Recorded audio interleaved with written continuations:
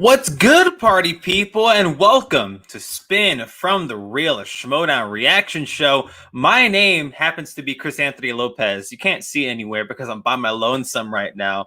You know what? The perks of having two co-hosts on the show on top of myself. You know what? When two of them have to step out, you already know one of them's going to fill in for me. And I'm here. We're going to talk some Schmodown. I hope everybody had a great weekend. Lord knows I had a fantastic weekend. Big love to everybody who came out on Saturday for our 250 sub extravaganza, whatever the hell we called that. That was definitely a thing. And if y'all watched the stream, apparently I was there for the first couple hours. Khan in the chat, King Khan, it's the King's Court on Spin from the Real. Jeffrey, yes, I'm great. I'm great. Thank you for worrying about me. Lots of worry about me. I feel good though, and I'm eternally grateful for all that donated to the stream. It was fantastic, and we donated. I believe the final total was $515 or something like that. Something crazy that I can't even begin to fathom. So that's so dope. And about 4.5 hours. So thank you again to everybody that donated, everybody that came and hung out with us that night. And I mean, I apologize for not being able to do the whole stream. I got a little caught up. I got a little antsy. But I mean, it wouldn't be something that Chris Anthony Lopez does without him biting off more than he could chew. But before we start talking about some Schmodown, I want to acknowledge, yo, we got a new look. Look at that. Bang, bang, bang. You saw the thumbnail. And I guarantee once we bring on more folks, once our guest comes in about 10 minutes, we're definitely going to flex our muscles a little bit. But before we do that, make sure you go ahead and follow us down here. Twitter, Spin from the Real, Watt Real Entertainment, bang, right there. And the Streamlabs. If you like to donate to the Streamlabs, yes, on Saturday, all that went to charity. But if you want to help us do better here on Watt, do more shows, all this fun stuff, yeah, you already know what I mean. Streamlabs, Who Are They podcast, all the way down at the bottom. Yes, Brandon in the chat. The overlay is fire. It's hot, ain't it? It's hot. And Corey, thank you so much again, brother. Really do appreciate it. Big shout out to Astro. Big love to Alex. I know he's gonna be the first person to say, nah, don't credit me. This is all Astro.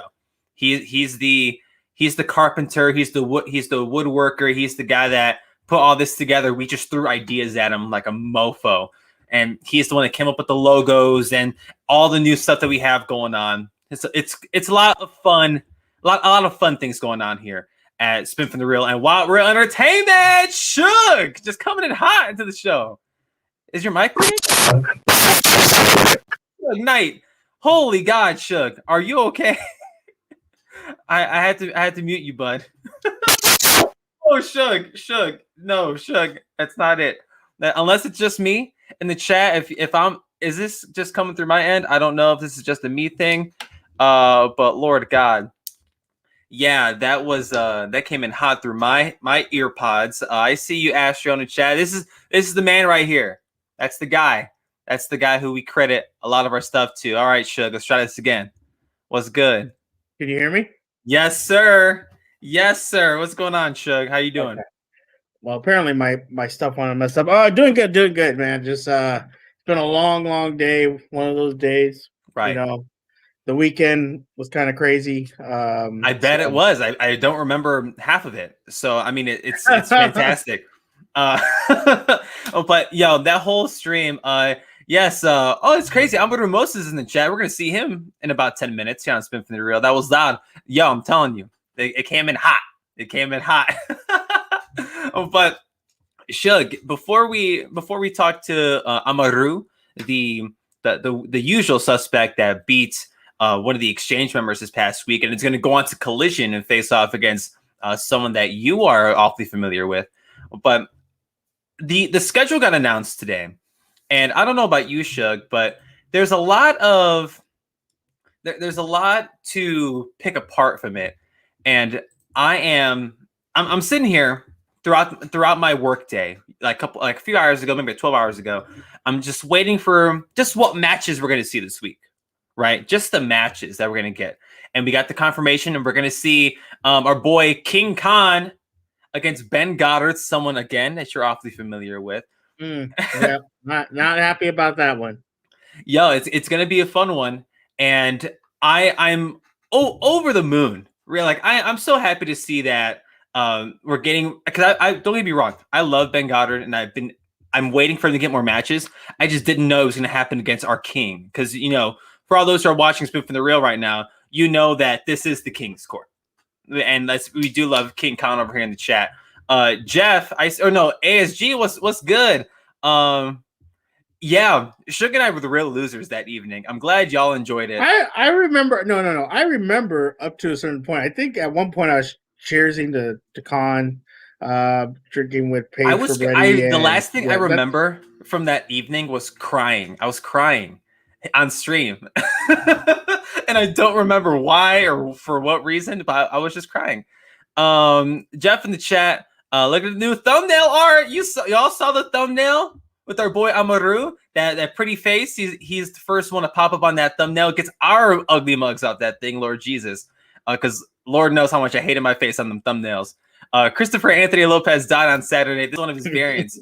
Right, yeah, the TVA by the bust of this door. I should not be here right now. I really should not. But we're good. We're all good. ASG.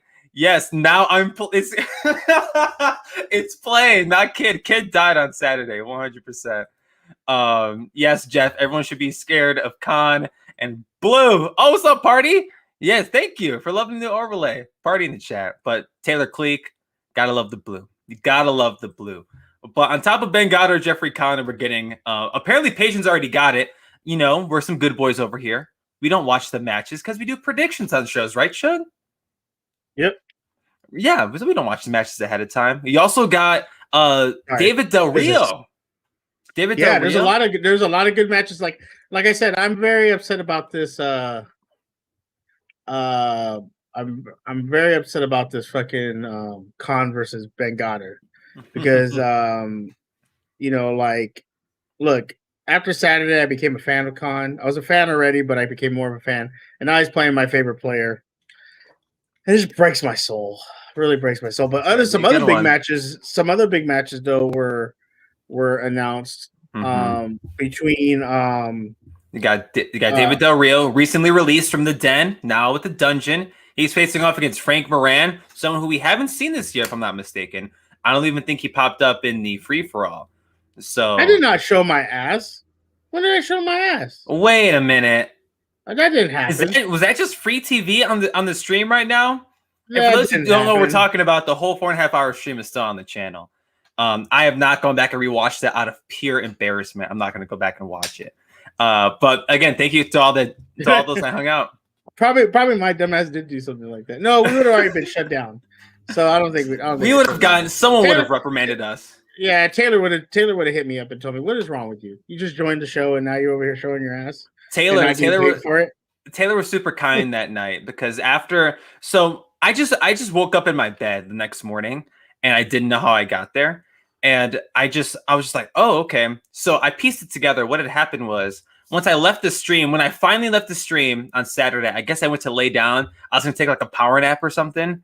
Nope, didn't. Woke up the next day and it was a mess. But Taylor called me a bunch of times because he's a good friend. Matt called me as well. There's a lot of worry spread around the channel, but I'm good. I'm fine. I'm hydrating. I'm drinking a lot of water still. Do you want to know how I woke up, Chris? Yeah, you got hit with the whole kitchen sink or the bathroom sink or something. Bathroom, more like the bathroom. But I woke up butt ass naked on my couch. Right. And with the trash can. That's all. That's what I woke up to. Right. Yeah, Taylor, we'll talk about King Khan and the den a little bit later in the show. And ASG, this is water. It's just there's some things in here that make it taste like not water because water's gross. But Jeff in the chat, sorry I contributed to your downfall on Saturday, Cal, but you're the one who made it cheaper for you to take shots. Yeah, it was my own fault. And next time, I don't know if alcohol will have to be included. It probably will be anyway. I'm saying that now. Ask me again the next time we do a stream like that for charity. I only did it for charity. Last thing I expected was for all y'all to be popping off in the Streamlabs, which again, if you're curious or if you want to donate to the Streamlabs, just help support the show and the channel down there, Streamlabs / Who Are They Podcasts. That's all us. That will help us, all that fun stuff. And Corey Cameron, I woke up like this, was out there, and I mean, I didn't wake up like this. I wish I woke up like this. I was ugly as I didn't hell wake that up like morning. this. I woke up with a stiff neck and a fucking bump on the top of my head. I'm still sore. I don't know what I was doing that evening. But to go back to why we're all here to talk some Schmodown, David Del Rio on Thursday against Frank Moran. Both those guys making their season 8 debuts. And then on Friday, the money. If the money is not Wednesday, if the money is not Thursday, the money is on Friday. No pay-per-view this week. Thank God. But Friday, the Godfather's back, Drew McWeeny. And he's facing off against the Barbarian, dude. That's a big match. That is a big Sheesh. match. That is a big match. Just excited about the one. Yeah, go ahead. No, I'm excited about that one. See what Barbarian does. See, and just to think that the Barbarian and Craig, or excuse me, and the Barbarian and Drew McWeeny, they've had both their seasons came to a halt awfully quickly this season, and we've been waiting their next match. Little did we know we'd be getting it so soon in the beginning of July before the weekend, and that match is going to be killer. One of these guys is not going to have a W this season going into tournaments. Isn't that crazy to think? That's crazy. That's absolutely crazy. Let's see. Taylor in the chat. Where the heck is Matt? Did he have a prior engagement tonight too? No. I mean, yes, but no. Matt will be here shortly. He had to go. He had some familial obligations he had to attend to. And Party in the chat. There's a pay-per-view next week. I feel like there's a pay-per-view every week. If there's not one on a Friday, that's less movie trivia for me to digest this week. Plus, I kind of want to watch the FCL tomorrow. The FCL is going to be awfully interesting. But we'll talk about that when the time comes. But Shug, I mean, before our guest arrives, last week we had a couple matches on top of his, and I kind of want to just dive into them for a minute because I know we're going to talk about them later with Matt when Matt pops back in. But Frankie Alvarez and Jessica Schloth had another rookie sudden death match. What the hell is going on this year? What the hell is going on? The rookies are good. I mean, they're good. Yeah, the rookies are good. Like, they're good as hell. But Lord, I wasn't expecting, because I think the last one we saw was Radis and Gubbins, right? Yeah. The pay-per-view undercard. And now we're seeing Frankie Alvarez and Jessica Schloth, who I'm not going to front. I'll be the first person to admit I didn't, because Jessica's debut to me wasn't the best, and like the match she was a part of wasn't the best. But a lot of folks were anticipating her to do significantly better in her second match, and that's definitely what she did. And Frankie Alvarez had a lot of question marks around him because a lot of folks that I've been talking to since the Brother Lomas match have been saying to themselves, yo, Alvarez, did he win that match against Lomas, or did Lomas just lose that match against Alvarez? Like, did Frankie actually win that? Because he didn't have to answer any third round questions. Yeah. But Alvarez came and flexed out a little bit. Frankie Alvarez and Jessica Schloth showed why they're here, that they're pretty darn good at what they do, but Alvarez is pulling it out in OT and some sudden death. I wasn't prepared for that, but boy, I'm glad we got it. And thank you, AC in the chat. He did answer third round questions, but Lomas didn't answer any third round questions. That's what I'm thinking of. Thank you. You all right, Chad? Yeah, no, I'm waiting for you to finish your thought. I'm sorry. Oh, go ahead, please. No. I mean, Alvarez, we know he came into the Schmodown very intense, very admitted that he wasn't probably as knowledgeable as most competitors, but that he was going to work hard. And that first match against Lomas, he showed a little moxie. And then the second match against Jessica Schloth, which very much hurts my feelings because it's another Den member. Right. He did what he had to do, and shout out to Jessica because Jessica showed up too. You can't say that she's no joke and doesn't belong here. She showed why she belongs here, and she looked amazing. They went into overtime, and she just ran into, as soon as the question was asked about the longest yard, and the great Kali, I was like, oh man, I hope she knows this. And yeah, she just didn't know it, and that's rough, because that's a wrestling. If you know who the great Kali is, I know you do, Chris. Mm-hmm. You're gonna know that answer easily.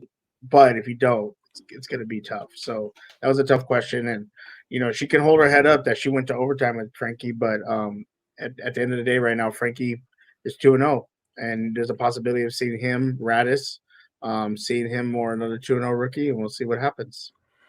Yeah, he Right. wants And Radis. yeah, Should he get Leo Logan Radis? in I the don't know. chat. He wants them.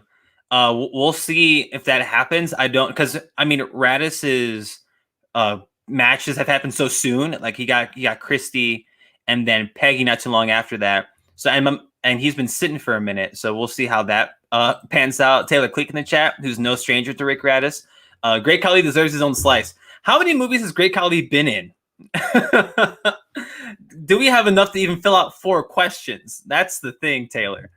But and that's the second, and that was another case of wrestlers in film screwing over a competitor this week. Wrestlers in film, like that. I love the category. Obviously, folks here that watch the show know how much I love wrestlers in film. It's my favorite category. It's been around for a few months. It's my all-time fave.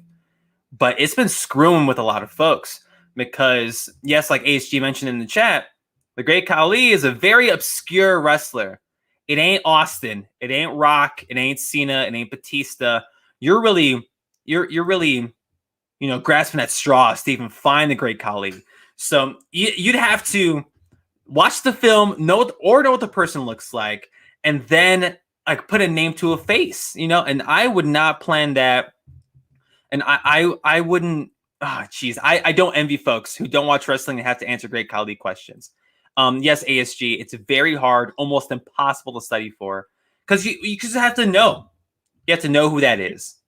Yeah, I know who it was exactly right when I heard the question. Well, yeah, because we're a bunch of marks and we're a bunch of wrestling nerds, so we're gonna be able to pinpoint that.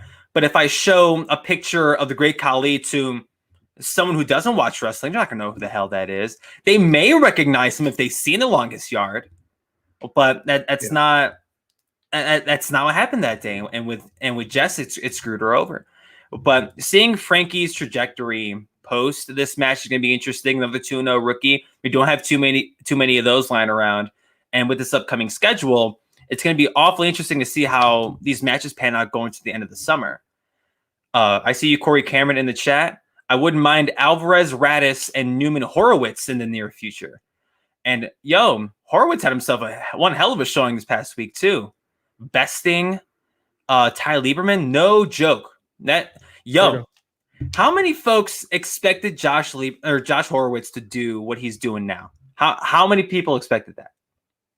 Because I'm a fan of the man, and I had no idea what the hell to expect from Josh Horowitz this year.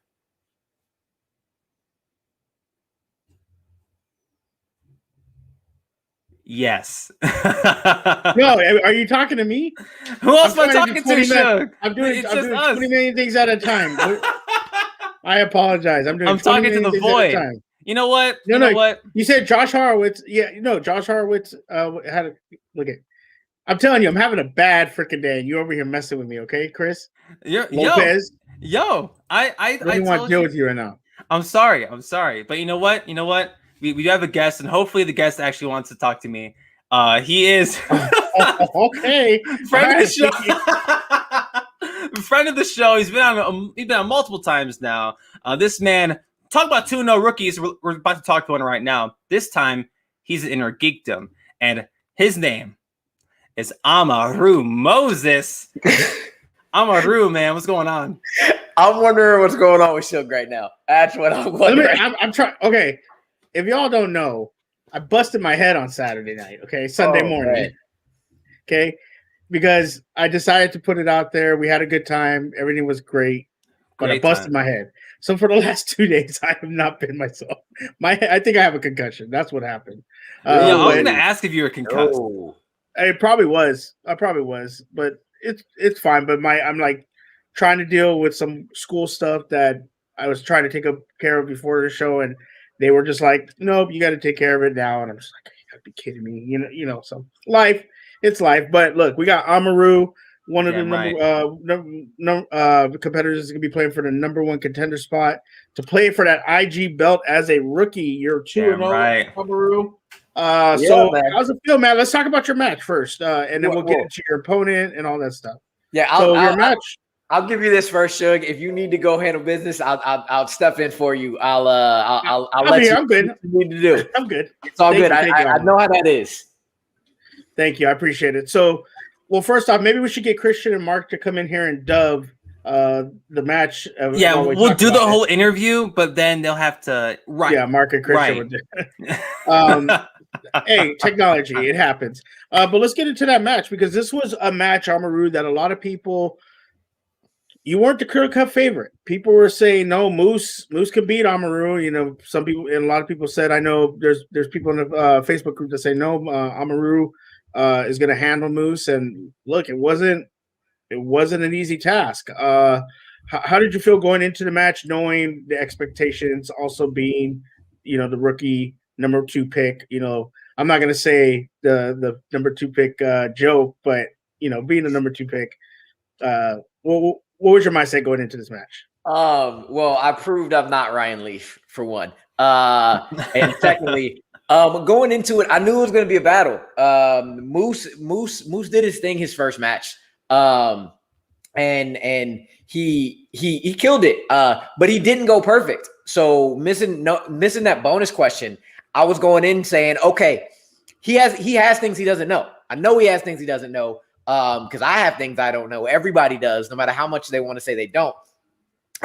So he's not unbeatable. So I went in with all the confidence in the world. And really, all the comments from people who don't really know me and didn't do their research, talking about not like you saw the bingo card. You used to not all the comments going through. I just was smiling. I was smiling like y'all just wait. Y'all just wait. And it ended up being 30 points on opponent's choice, which is a record now. So that's what the number 2 pick hit you. But really, that's me trying, as Chris said, that's me trying to flex after the fact. But going into the match, as Chris is having long done, I guess. I live by an airbase, so please excuse me. Well, yeah. But no, I was going in like really ready for a battle. I was expecting round 1 to go exactly how it went. I was like, we're going perfect. We're going 11 for 11, or it's either going to be 11-11 or 11-9.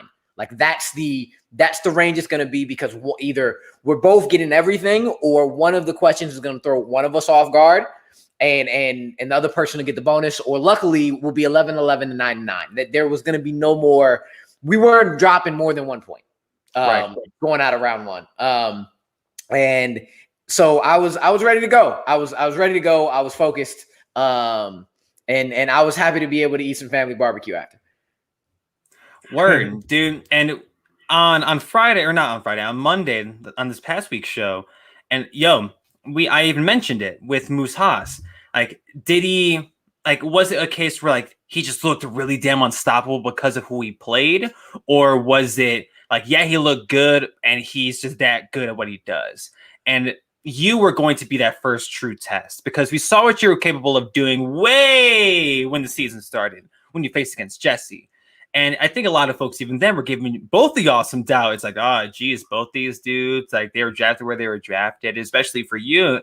And you've heard the number 2, oh, this guy got picked number 2. You've heard that beat it into your brain. But I think this past week's match against Moose proved to everybody that Sam was onto something. That you getting picked the way you were, as high as you were, was validated because of that. You put up 30 points, by the way, like nothing to scoff at. You put up 30, and then you do this whole thing with, like you mentioned, opponent's choice. You go through Jesse and you go through Moose, 2 guys who are more than good at inner geekdom. Like, they know exactly what they're doing. But then now you're going into this next match, and we'll get to that when we get there. But you're doing some pretty damn good things this year. And what was the difference between, like, I know you had a lot of time in between stuff, but with was the motivation trying to prove people wrong this whole time? Was that something that was going through your brain through the whole jargon after the match that you had with Jesse to kick off the season? Because that was almost 4 months ago. Yeah, it was a while ago. It wasn't necessarily like the goal wasn't to prove people wrong. Like I always love to do it, and it's there. It's slight motivation, but nah. The main motivation is what my motivation has been all year: get better every match, and that doesn't necessarily mean scoring more points or going perfect again and again and again. It just means feel better about how I played this match than last match. My first match, PJ hit me with the only Wizarding World question I don't know, which was annoying. So I missed the perfect round. So all right, hit this perfect round the next time. I may not hit the perfect round against Saul, but if that happens, it's for damn sure going to be something Saul doesn't know either. And that's the only way I'm planning on that happening. And then 2 matches in a row now, round 2. Every slice on the wheel I'm comfortable with, but there's a range of comfortableness. There's something you want the most, and there's something you want the least. Of course. And I landed on something I was comfortable-ish with on both matches, the first spin, but there were categories. 9 out of the other 10 categories I was like, I'm good with. And it's not my bottom rung. I only got one thing I kind of don't want here, only because like it's the last thing I want. In both matches, I got it. And the first match, I didn't navigate it as well as I needed to. The second match, I navigated it a lot better, and it helped. It helped that Moose got one of the hardest Middle Earth rounds I've seen. Like I've been seeing people saying that like Middle Earth is a weakness for Moose. Nah, fam. He got an Oscars question. He got a 1978 question that everybody forgets is in this category. And he got a quote question that we both thought was right the second he said it. So, which King of Angmar, last words, everybody remembers, no man can kill me. That's what you remember. That's what he said. That's what I would have said. So when he said that, I was like, okay, maybe he's off a word. I say no man can defeat me. Still wrong. Because we all forget that right after he says that, he says die now. Right before he stabbed. And the answer is die now. And it's like, that is a hell of a question.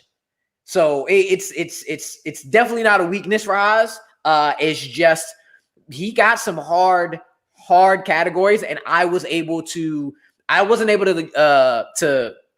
capitalize on steals my first match, on 2 steals that I should have had. Morgan Freeman is still hurting me. Sloan is a woman from Entourage, damn it. But I was able to capitalize on this time. I knew the Gandalf question. I knew Squires was Gandalf from 1978. And I just got lucky on my 50-50 to choose the right Hobbit film that had the least Oscars, which is, again, something Oscars is not a category in IG. We're not studying that. Not to that depth. Right. It's maybe we'll look at it real quick, but we're not getting that many questions on it. So it's the luck of the draw. But I felt a lot more comfortable. I felt my usual self going into round 1 and round 2, especially having the 1-point lead after his spin. And with the opponent's choice is definitely our favorite slice over here at Spin from the Reel, because we see it all the time. And I remember a long time ago when the Schmodown was still, a bunch of people in the studio doing some movie trivia, hanging out. Opponent's choice was a death wish. The second you spun it, the game was over. That there was no coming back, because at the time, or for many a season, it was clear. Like there was a bunch of categories in the wheel, and there's one glaring weakness for somebody on either side. And the opponent knew what the slice was. They gave it to them. They get maybe a point or 2, game over, match point. But now, especially this season, regardless if it's movie trivia Schmodown proper or even in the first class league, they freaking love opponent's choice in the first class league. But in your match, you get opponent's choice. And the second you get it, what's the first thing that crosses your brain? Yes. Let's go. Word. Y'all saw the fist bump. The first thing I was like, literally a half a second before I say yes, it's of course. Yes, let's go. Let me show y'all what I can do. Let me show you the strategy I know. I have, not only am I knowledgeable, but I know how to play this game. Right. And I saw the wheel. We got the wheel about an hour and a half, 2 hours before the match, and I already knew that Moose and Barbarian knew what I didn't want, because Gucci, fake Gucci belt, Trinidad James, gold, all of my whatever, knows nothing. He knows nothing. He told Moose to spin off a TMNT for no reason, which made no sense whatsoever. But I knew Moose and Barbarian would know. Fantasy sci-fi is what to give me. It's broad. It's a lot of category, a lot of movies people haven't really seen. It's one that a lot of people are probably going to last because there's so many movies. It's the smartest thing to do. And they were right. At that time, fantasy sci-fi, I knew they were going to give it to me, and I knew it was coming up on the wheel before I saw it. So I made sure that like the days before the match, I'm looking at casts. I'm looking at some synopsis. I'm looking at enough stuff that if I'm saddled with it, I can navigate it enough to do what I need to do for that match. And I was able to do that because especially being able to steal off of a strength of mine. I'm in the position to be only down one. So I know I can go multiple choice a couple of different times. I know if he gets a steal off of me, make sure he only gets a 1 point and you're still good because of where you're at. And when that first question came, and they asked about the Power Rangers, I was like, I just looked up this cast like 5 minutes ago. Yes. So it just made it more comfortable and showed that I know how to play this game. Yeah, for sure. I mean, obviously, you have the experience being in the other leagues, and now you're in the Schmodown, being the number 2 pick of the draft. But improving it, improving it. So you win this match. So now we'll talk about your opponent for your next match in a minute. But now you get an opportunity to play a Collision, your first pay-per-view. You're going to be on an undercard, but then Christian announces that match will be live in studio. Now, we all know, I remember last year talking to everybody. We said a lot of the people that came from the other leagues have the luxury of playing digital, so it's their home court. We heard from Robert Parker that it really isn't, things like that. So we've heard different things. How do you feel now knowing that you're going to be playing in a studio with your opponent right there next to you? What is your mindset now? People in the chat who have been listening to me all weekend, say it with me. March 20th, 2016, Hollywood game night. I am not new to this. I know how to play in a studio. I have been in front of the lights. I have answered pop culture trivia questions in front of celebrities and my opponents and in a studio. I know how to do this. I know how to do this. Wait a minute. You've been on a Hollywood game night? I was on a Hollywood game night. And I got robbed. I got robbed because of circumstances outside of my own knowledge. But I murdered. I that's one thing I like to flex on because it's a fun episode. I love the show. I went on and it was beautiful. But I've been in this situation before. The lights didn't affect me then. It's not going to affect me now. I lose this match, it's because I didn't know things. Plain and simple.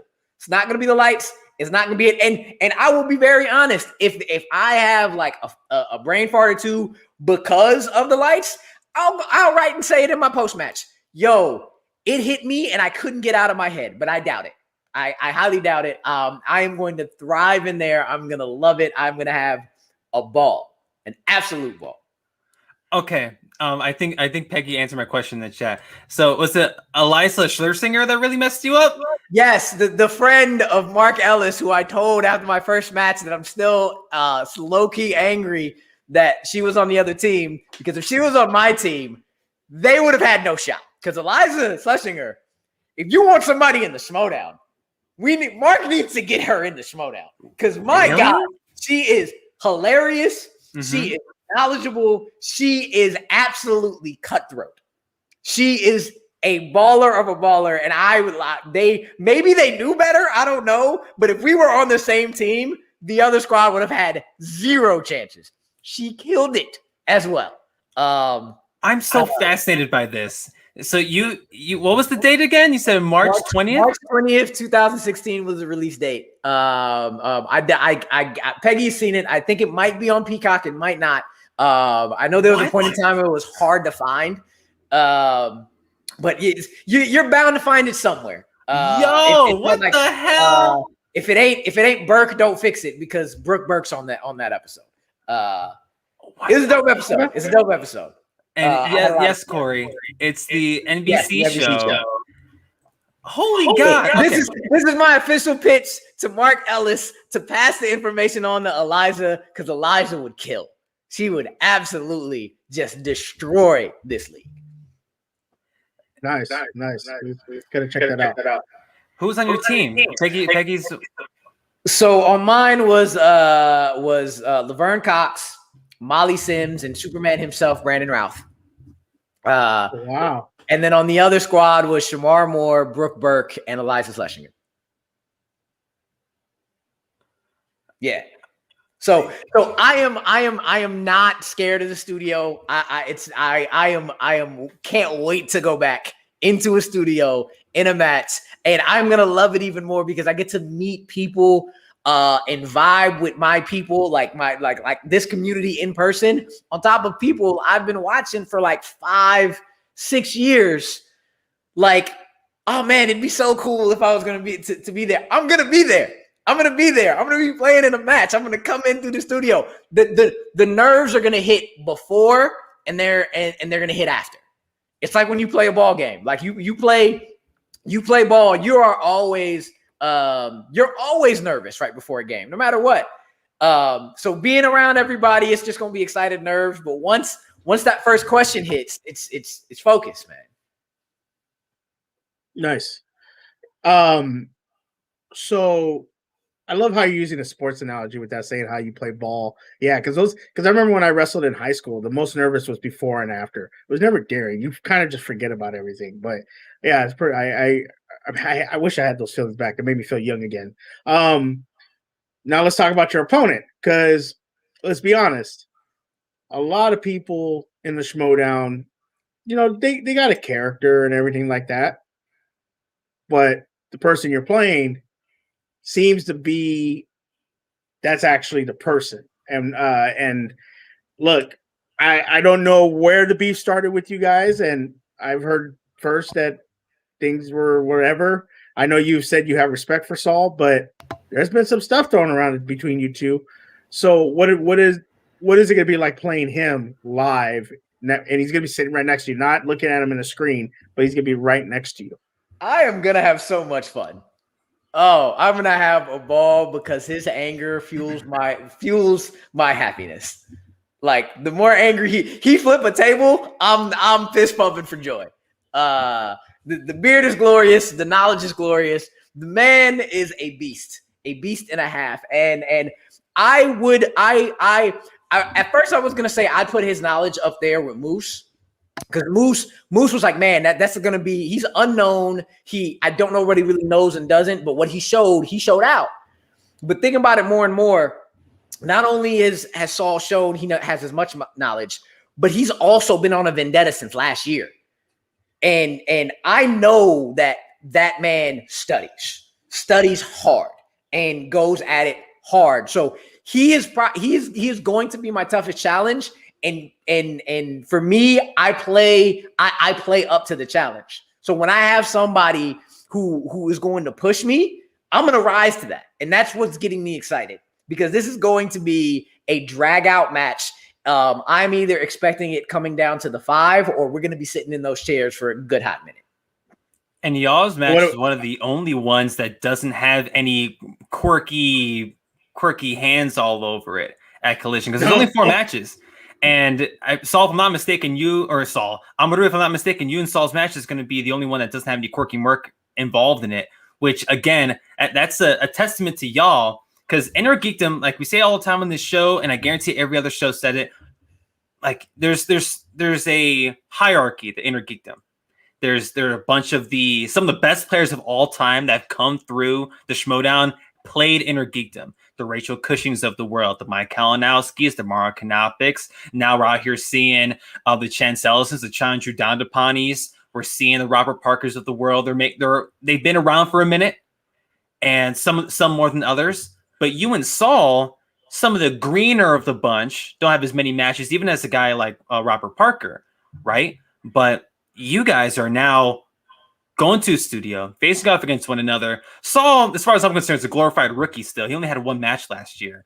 And y'all are out here damn near y'all's shit talk can main event the damn thing. Just that. Don't even play a match. Like, y'all just have both of y'all filibuster in front of each other for 20 minutes, and that shit main events or is run on Collision.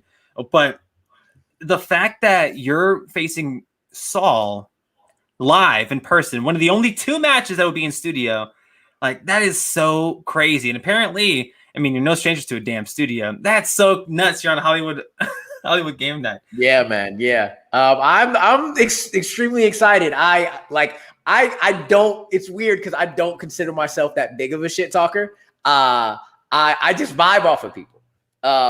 So Saul is one of the best on the mic, new, old, or otherwise. He is. So I'm just being able to, like, he gives me that, and that's what I love, and I'm just excited. It's a surreal as hell year. First rookie coming out of the draft, first person coming out to start the season, first person to do a studio match. It's been real crazy, and to do this with Saul, who I remember calling in on SEN Live, and smiling when he called in then. He's extremely deserving of this. And I'm really just going and hoping to that we can live up to the hype that this is bringing along with this. So, yeah, for sure. You know what I also love too. What I'm seeing is, let's be honest, a lot of people have been asking this question: should 2-0 rookies, or like Chris said, Saul being that he only played one match, is a semi-rookie, get a path to the title? But you guys have kind of earned it, and nobody's complaining. I haven't seen one person say, you know what? No, man, Moses shouldn't be getting a shot at the number 1 contender shot. No, Saul shouldn't be. Everybody's like, yeah, I want to see these 2 guys play, and I want to see who's going to go for the belt. So I'm liking that, and then we got, you got your fan base. You got Saul with his. I have to be biased right now because I'm doing a show, but where my allegiance lie. I mean, I like Moses. Good dude, man. I like you a lot. You beat up on Ferris, dunking on him, and when he was younger. I like you for that. But how do you think? I said it Saturday when you were on Jay Wade. I believe it was Jay Wade. I think your matchup with Saul is going to be probably the best match of the year. I truly believe that. If it doesn't go into overtime, it might come down to the 5 you said, but I believe your match, everything from start to finish, is going to be one of the best matches of the year. And you talked about rising to the expectation. Is that something you're looking forward to, rising to that expectation, being a number 2 rookie, Saul being a newer competitor, and you guys just put it on not only a great trivia match, but a great show, and things like that? Is that what you're looking forward to too? Chris asked me earlier whether or not I'm like trying to prove people wrong. It's that. Like, it's not proving people wrong. It's rising to the expectations. It really is. That is what motivates me I have these expectations put on me. I need to meet them.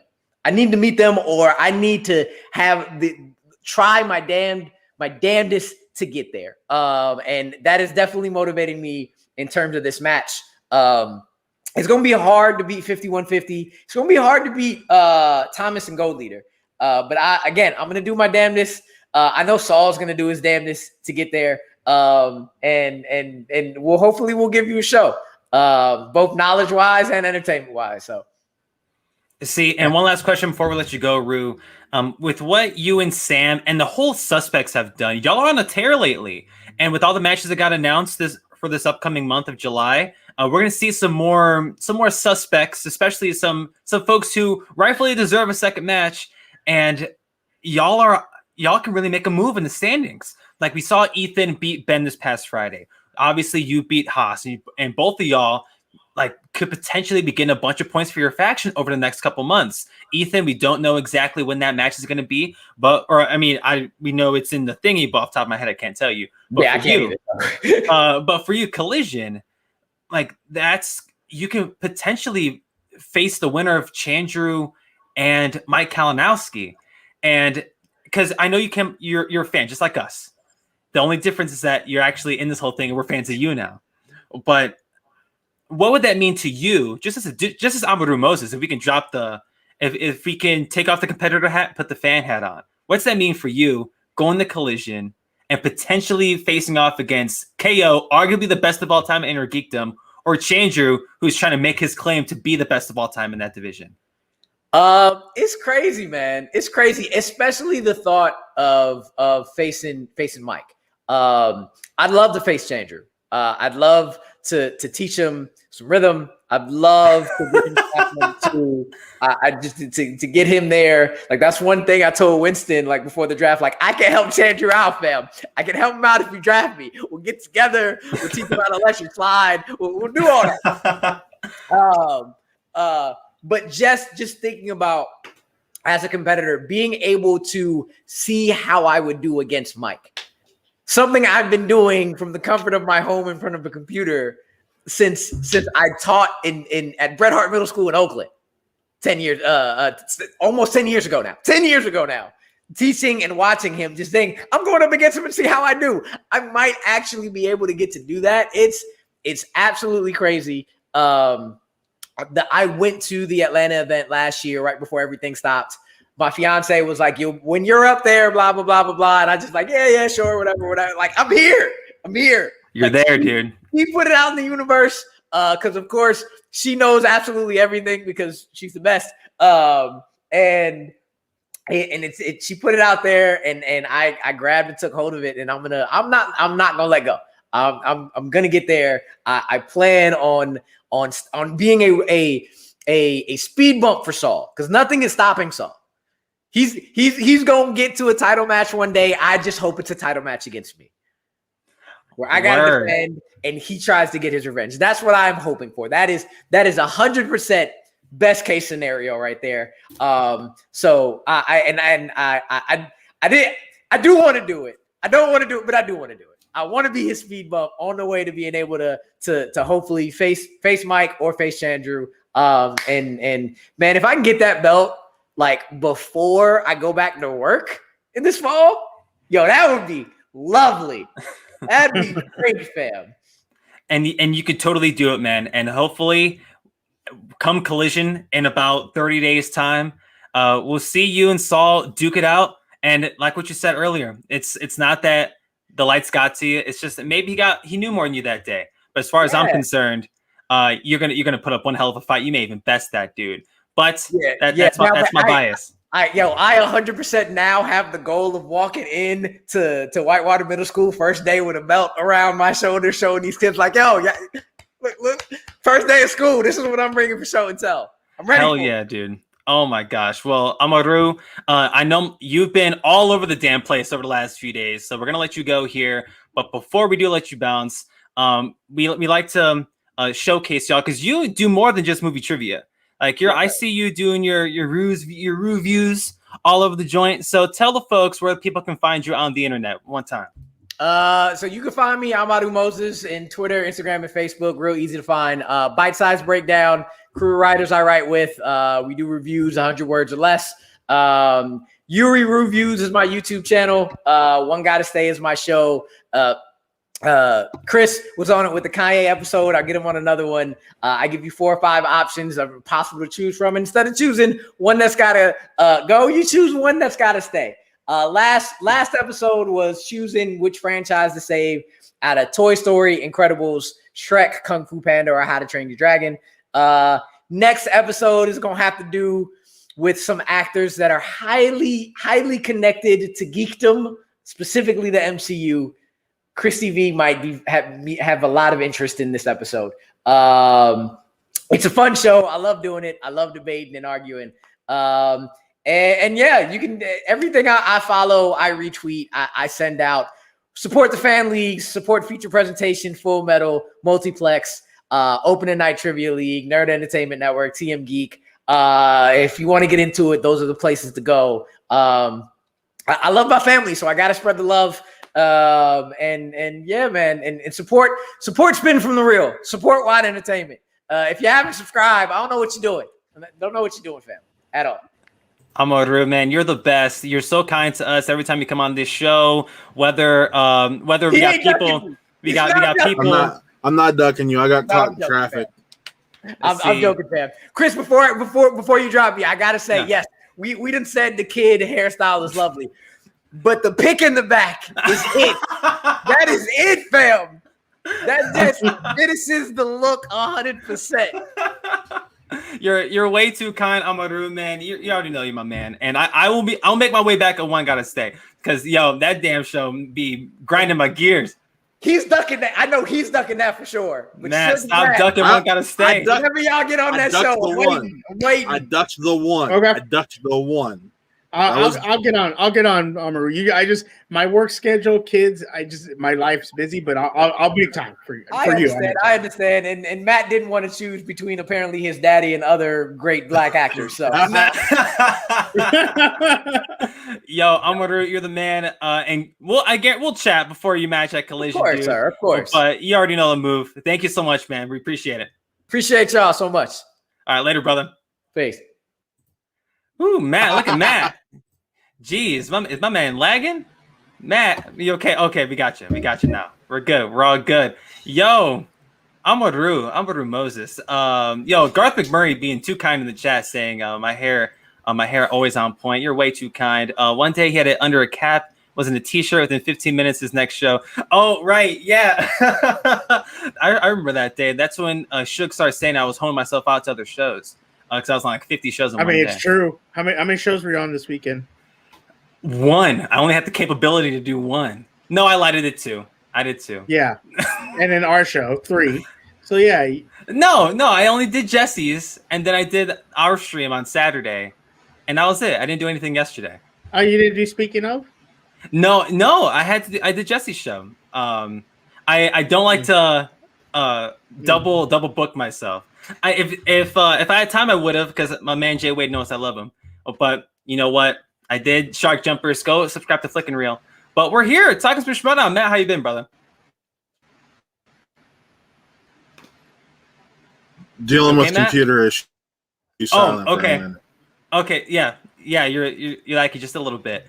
But briefly before we had Amaru on, we were talking about Horowitz and Lieberman. Now, I said my piece about Lieberman, how he's been a star so far this year. And my man's only had one loss, and that was the team's loss. And like the press room went up against Rushmore, which I don't know. I don't know how else you can even it's Rushmore. It's two of the best players of all time put on a team together. Of course they're going to be good. But press room did really well, and they're getting another match in a couple weeks. So yes, ASG nailing it in the chat. Swoop from the Real, Chris asks questions and none of his co-hosts respond. I'm trying my best, ASG. I'm trying my best.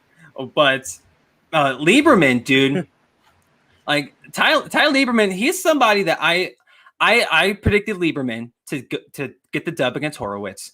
But yo, Josh, I made it clear I was rooting for my man Josh Horowitz. But yo, I am shocked. I'm not even gonna front. I'll be that dude. I was shocked that Josh Horowitz beat Lieberman. Is that Sugar? Did you feel the same way, or were you expecting another great performance out of Horowitz?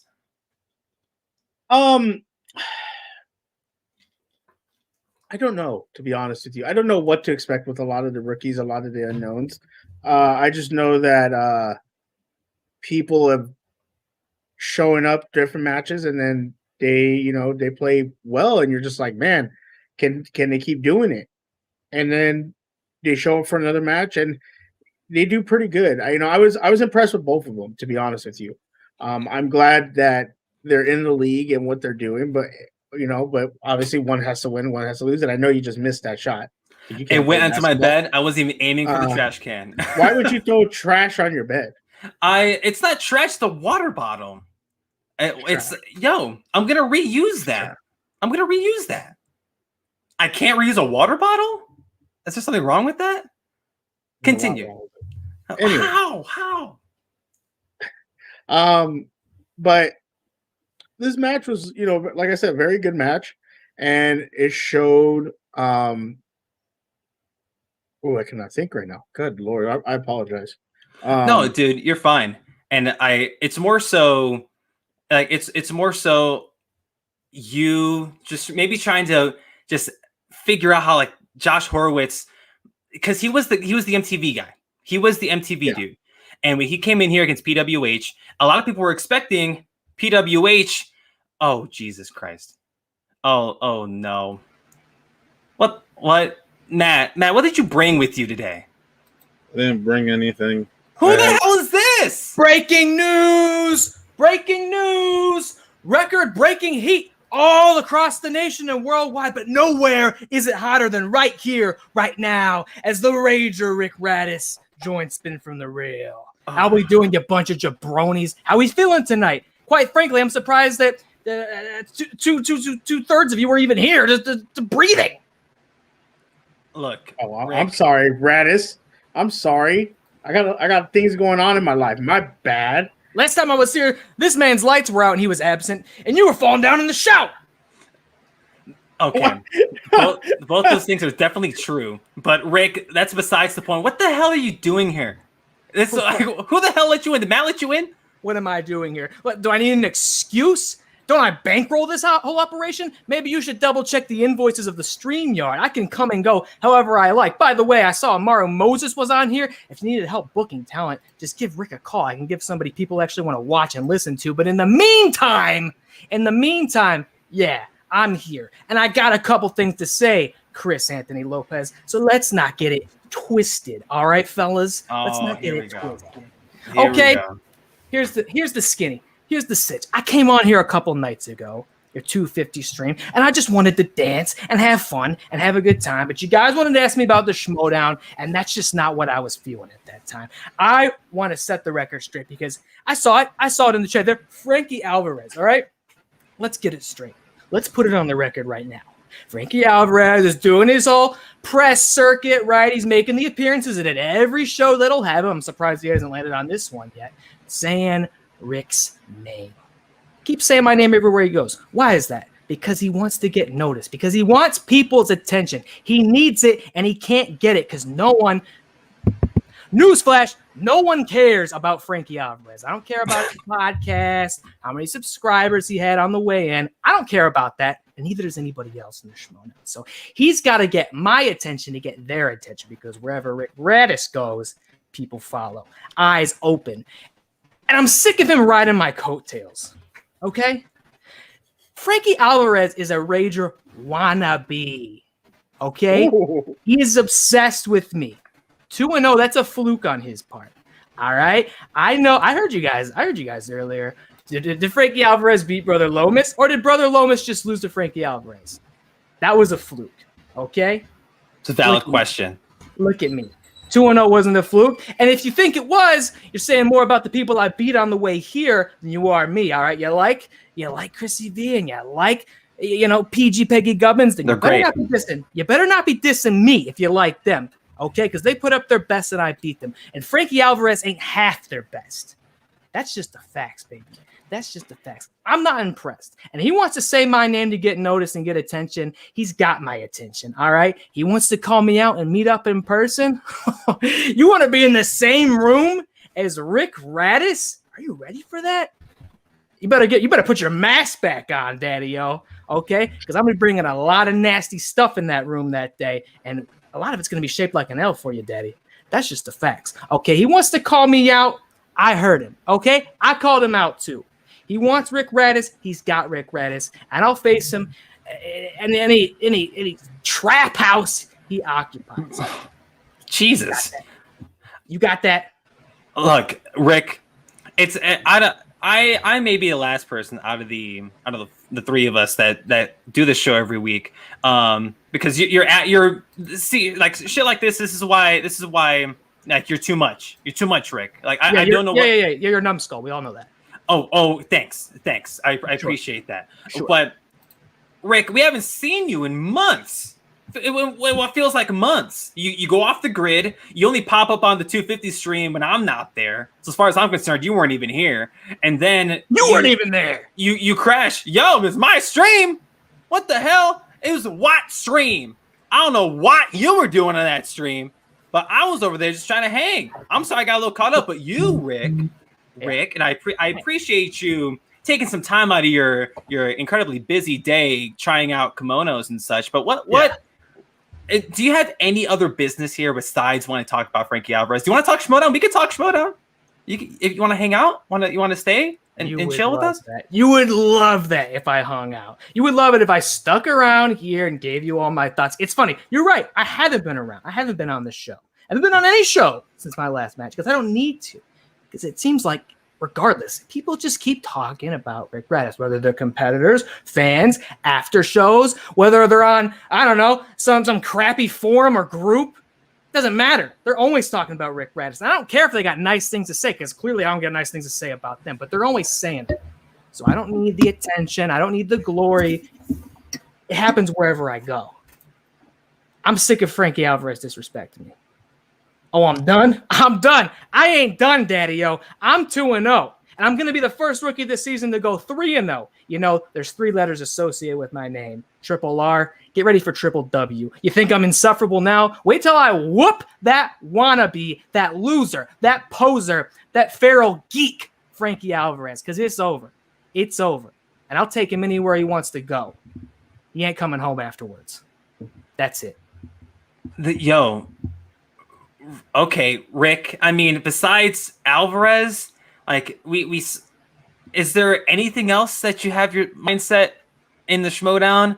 I mean, the exchange, they've been having some rough luck lately. They haven't been doing so hot. They were 0-2 last week. Rough luck. Yeah, I guess we were owed a bum week because we can hand them to every single faction the rest of the season. We tripped a little bit. All right, I'll give Amaru his flowers. It takes a lot to beat Moose Haas. I'll give that to him. Okay, no shame in that. Beating Ty Lieberman, no small feat. Horowitz, congratulations. Happy for you. Proud of you. You did well. We had a bum week. It's the only one we're going to have all season. So get used to us climbing up the ranks. By the way, don't need a belt to do it. We got the most wins. There was the least losses. Oh, and we got the most TKOs. They made a freaking T-shirt for how good we're doing. All right, so I want to hear anybody raining on our parade. Oh, what's happening? Are they slipping? Was it a fluke? What about the dossier? Trust the dossier. Trust Rick Radis. That's it. That's all there is to it. I like that shirt, though. Oh, Thanks. Finstock is dropping. Sell. It's not just that. -1s and all the other losers in this division and this league, as far as I'm concerned. And by the way, it's a travesty. It's a travesty that I'm not booked at Collision. That shows nothing until Rick Radis is on it. So if they want to get me in the studio or wherever it is, I'll be there. Just call me. Frankie wants to go. Let's go. That's what I came here to say. Wow, Rick. You seem a little tense, man. Have you not gotten your facials? Have you not gotten your massages? Like, what's going on? You were fine when I saw you on Saturday. We had a great conversation. It was all good vibes. I didn't want to bring this here. All right. Chris Anthony Lopez was freaking out. You were undressing. It was a little disturbing. I didn't want to disrupt the flow anymore. It was good things, getting in donations, and I'm really proud of what you guys did. You guys should be excited about that. It's been from the realest business. That's why I came here tonight to tell you how it really is. I mean, we're grateful for your time, and I mean, some more than others. But Rick, again, did you want to hang out? We can keep talking about Lieberman and Horowitz if you want. Absolutely not. Oh, okay, sweet. God, I hate that guy. Who the hell? Matt, I know you were gone. And I know you're the resident exchange shill on this show.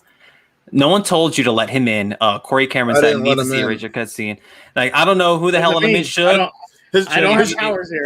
His agent has the ability to give him that link. Quit putting this on me. If I hear that Taylor let that rat onto this show, oh my god! And he's out here calling out Alvarez. Like, yo, you know what? Done. We're just gonna stop talking about Radis. Everybody, give it up.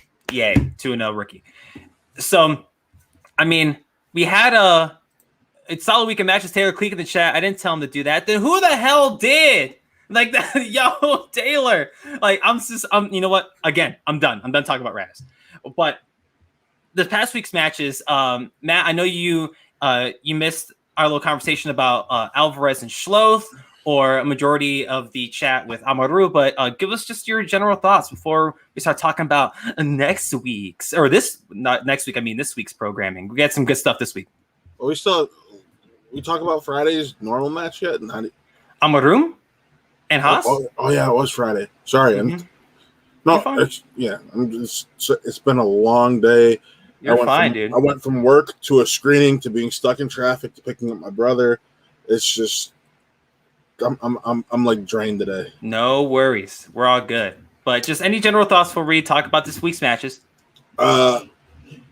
Frankie and Jess, I said it was a 50-50 match going in. I was happy with the outcome of it was a great match overall.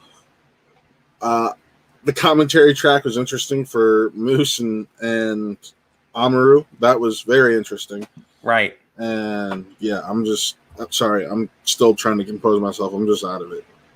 No, you're fine. And I like as much of a bummer as it was to see the whole thing happen to Amaru and to Moose. It was fun. It was fun to hear Christian and Mark just banter over one another, talking about the actual match itself. But again, things are going to happen. Problems are going to happen. And little do we know that the next time we see Amaru, it's going to be in front of a studio. So hopefully there's no audio issues then by the time we get there. Garth McMurray in the chat. Yes, Ben the Bandit and King Khan is already on the Patreon. We have not seen that match yet, so no spoilers coming from us here on the show. We never spoil things over here at Spin from the Real. So I'm not going to talk about that. We'll talk about that match in a little bit. But the whole July schedule came out today. And we got the whole month, which I know on Friday when we did Show Me the Real, and some of you in the chat might be thinking, are they going to talk about the pay-per-view? We actually had a great discussion with Ben Bateman on the Show Me the Money. Very good discussion. He hung out with us for about, like an hour and a half almost, talking about the match.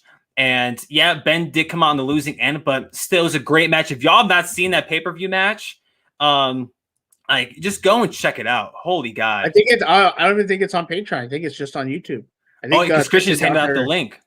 Yeah, I think he dropped it early. So if you haven't seen it yet, it's there for you guys to watch. It was a great match. And look, if you watch that, if you come and watch our after show with Ben, dude, the way he broke it down, man, the way he broke down how he thought the match was going to go on, the numbers, you can't say Ben Bateman's not one of the best tacticianers in Schmodown history. The guy, just listen to him break it down with the numbers and the odds and the things like that.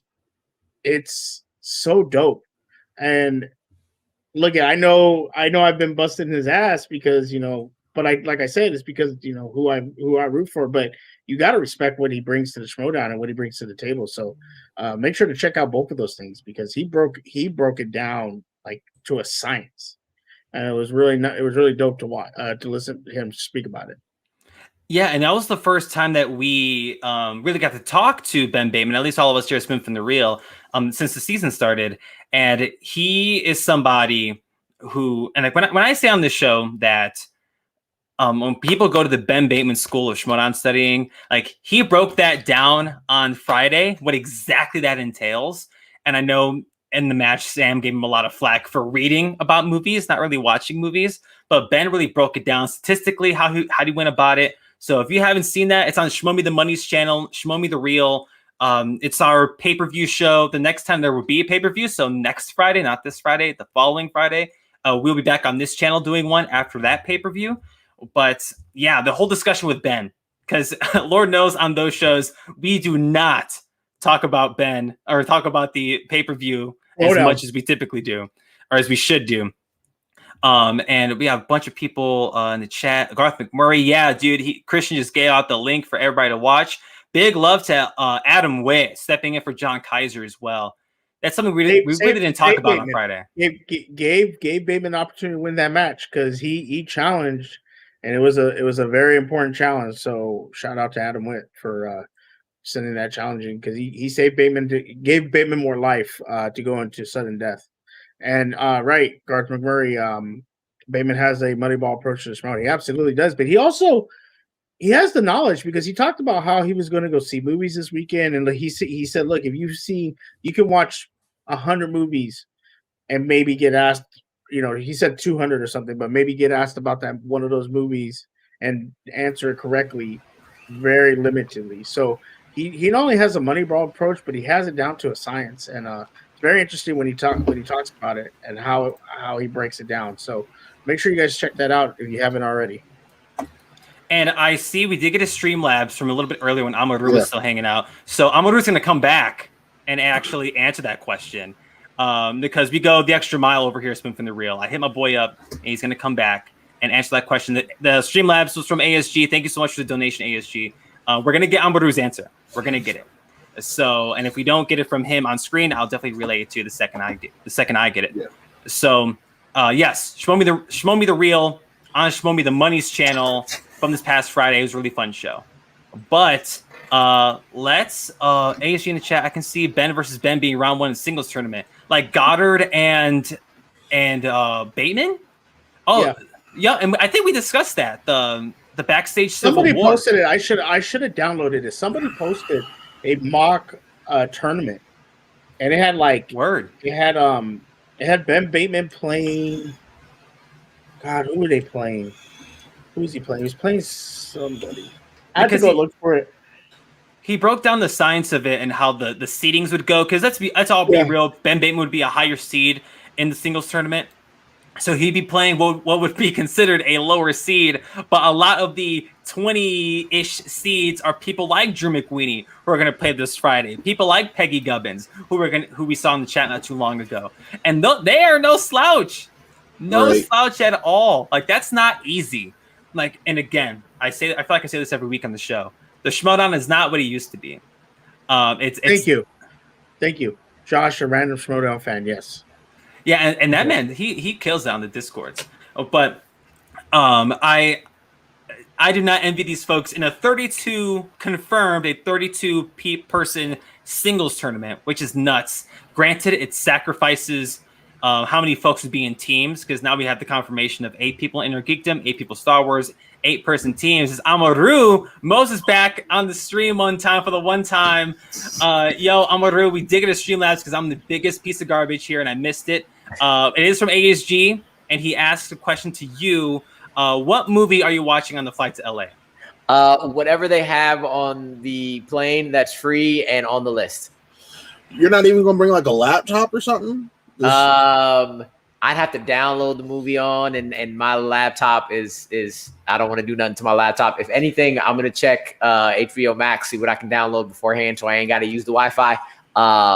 All the movies I have on my laptop, I've already watched. What's the last non-Inner Geekdom movie you watched? Fast 9. That's my boy. What'd you think of Fast 9, real quick? It was enjoyable. It was more enjoyable than I thought it would be. It's not a good movie.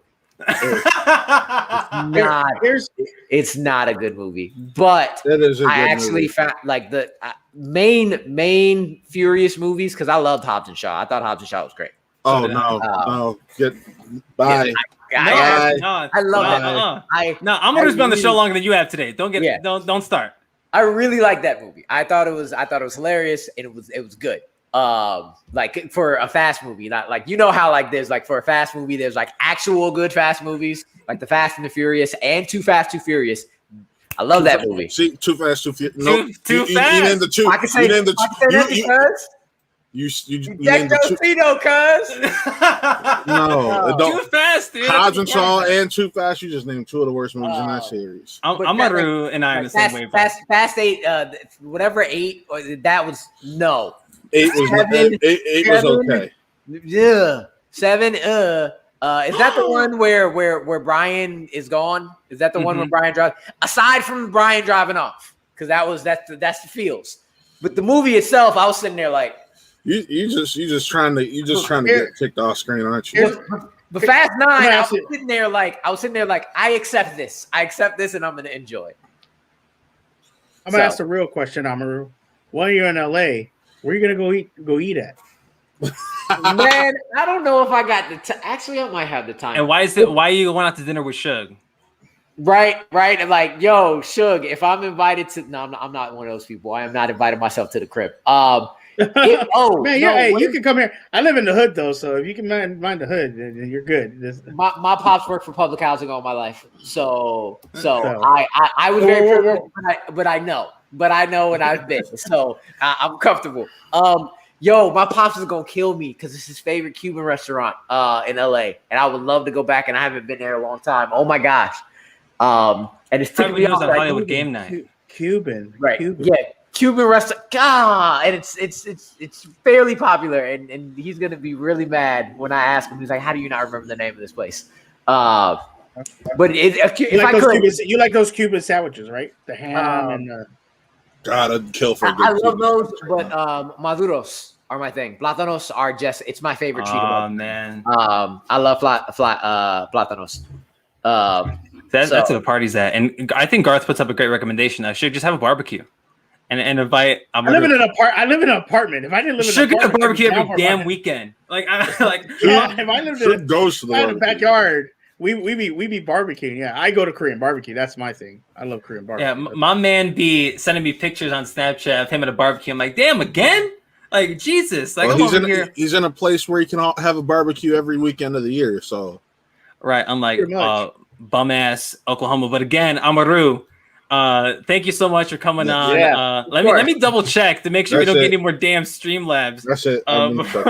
We're good. Amaru, did you see what happened to Chris? Did you see what happened to Chris on Saturday? Oh Jesus! He just disappeared. I saw part of it. Okay. He just disappeared on us. Y'all know. And then I just watched the back. I just watched the part where I left. I'm sitting in the chair like this, with my eyes were like this. We're just shut. It's a mess. But it was bad. Hey, just remember, this man yesterday at first said he's going to make up all of his shots, and we had to tell him no. I didn't know how much money we made. I didn't know how much money we made. Suge, so let the record show. Versailles Cuban restaurant. That's what it is. Okay, what was it again? Versailles. Okay. Yeah, that's where I would go, and check it out. definitely In and Out, because I don't get In and Out on the East Coast. Look at bro. Come Cali all my life. Come In and Out. back to Cleveland. We're gonna take you to Swenson's. End of story. I've never been actually. Swenson's is good. Swenson's good. It's good. Yeah. For those who don't know, Amaru did live in Cleveland for a couple of years, and I found that out because he hit me up. Mayfield Heights. Hey, which is where you're from anyway. Yeah. I'm actually moved to Mayfield Heights at 5, but yes, it's a suburb of Cleveland. The suburbs we just call it all Cleveland. It's all Cleveland. Yeah. So, I mean, when you in there, when I was in there, it wasn't Cleveland. Now it is apparently. Yeah. ASG one more time. Amaru saw part of it, but Cal didn't. I guarantee Amaru remembers more of that stream than I do.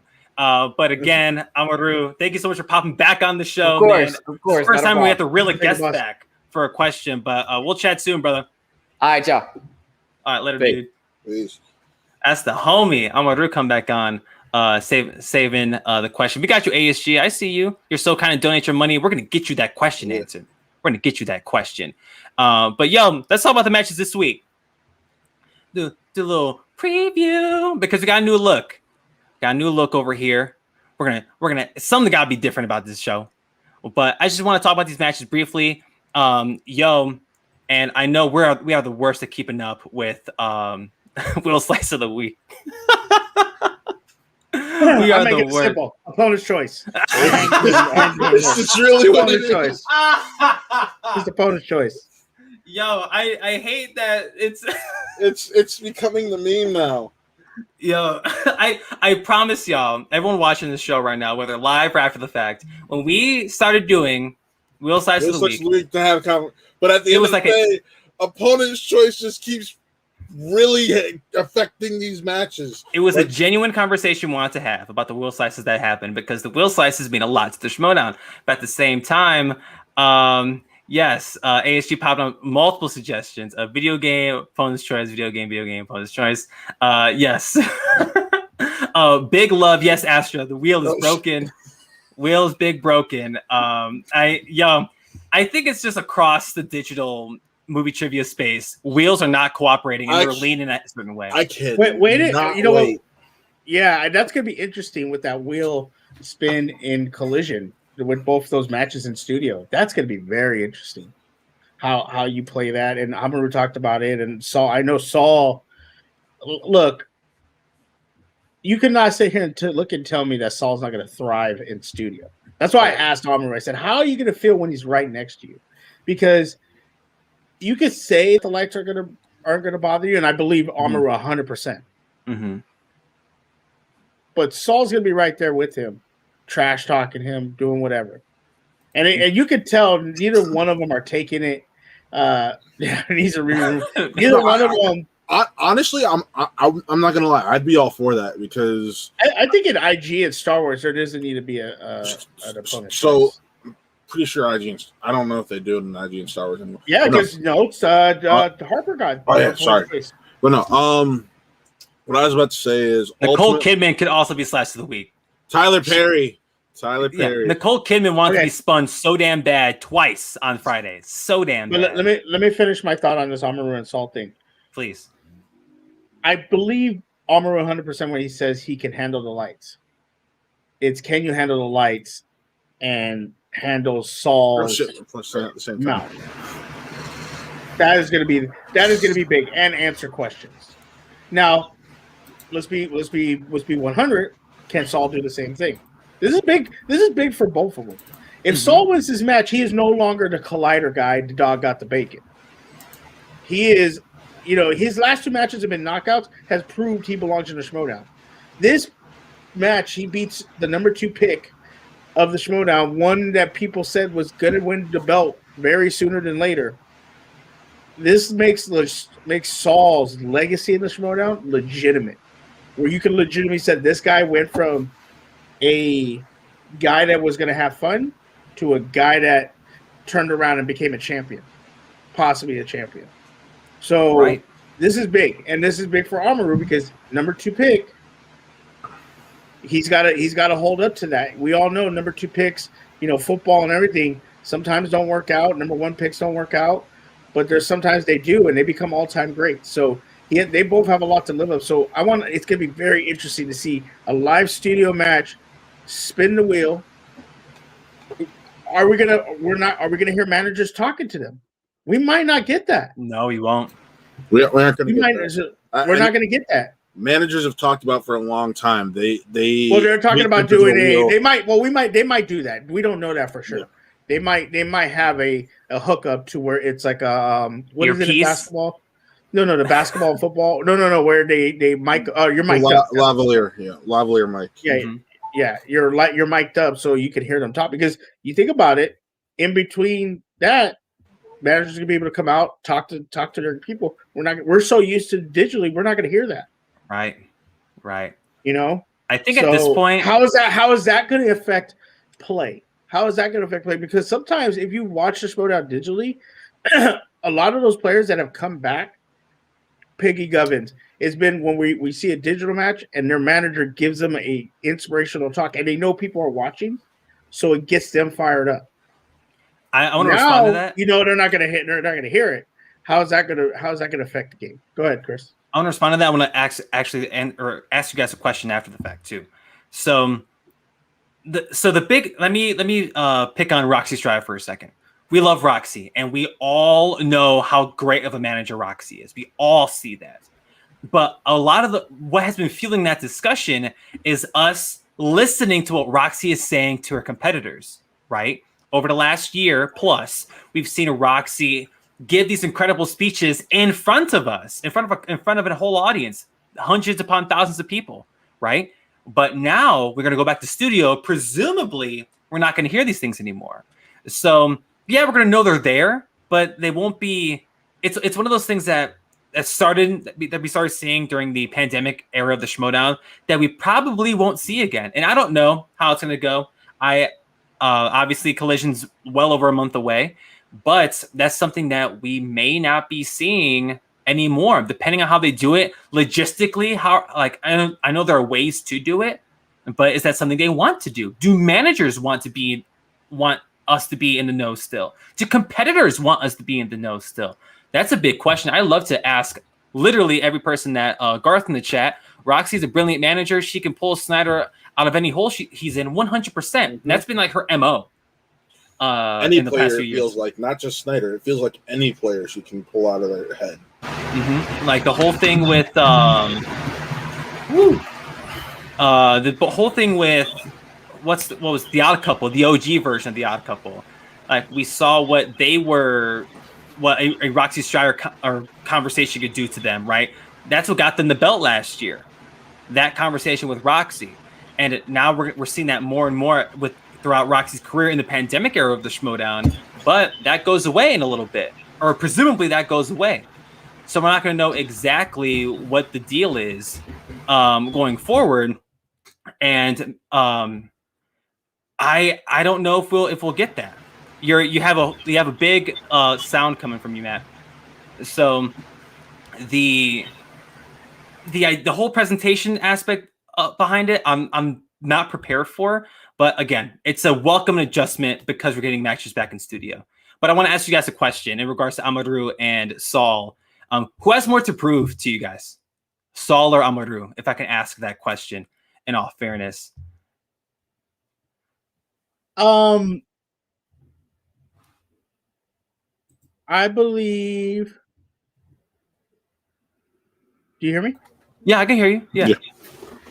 I don't know what the hell. Hold up. Can We can hear you. Dad? That was no. It was something else. That was weird. I believe Amaru has more to prove.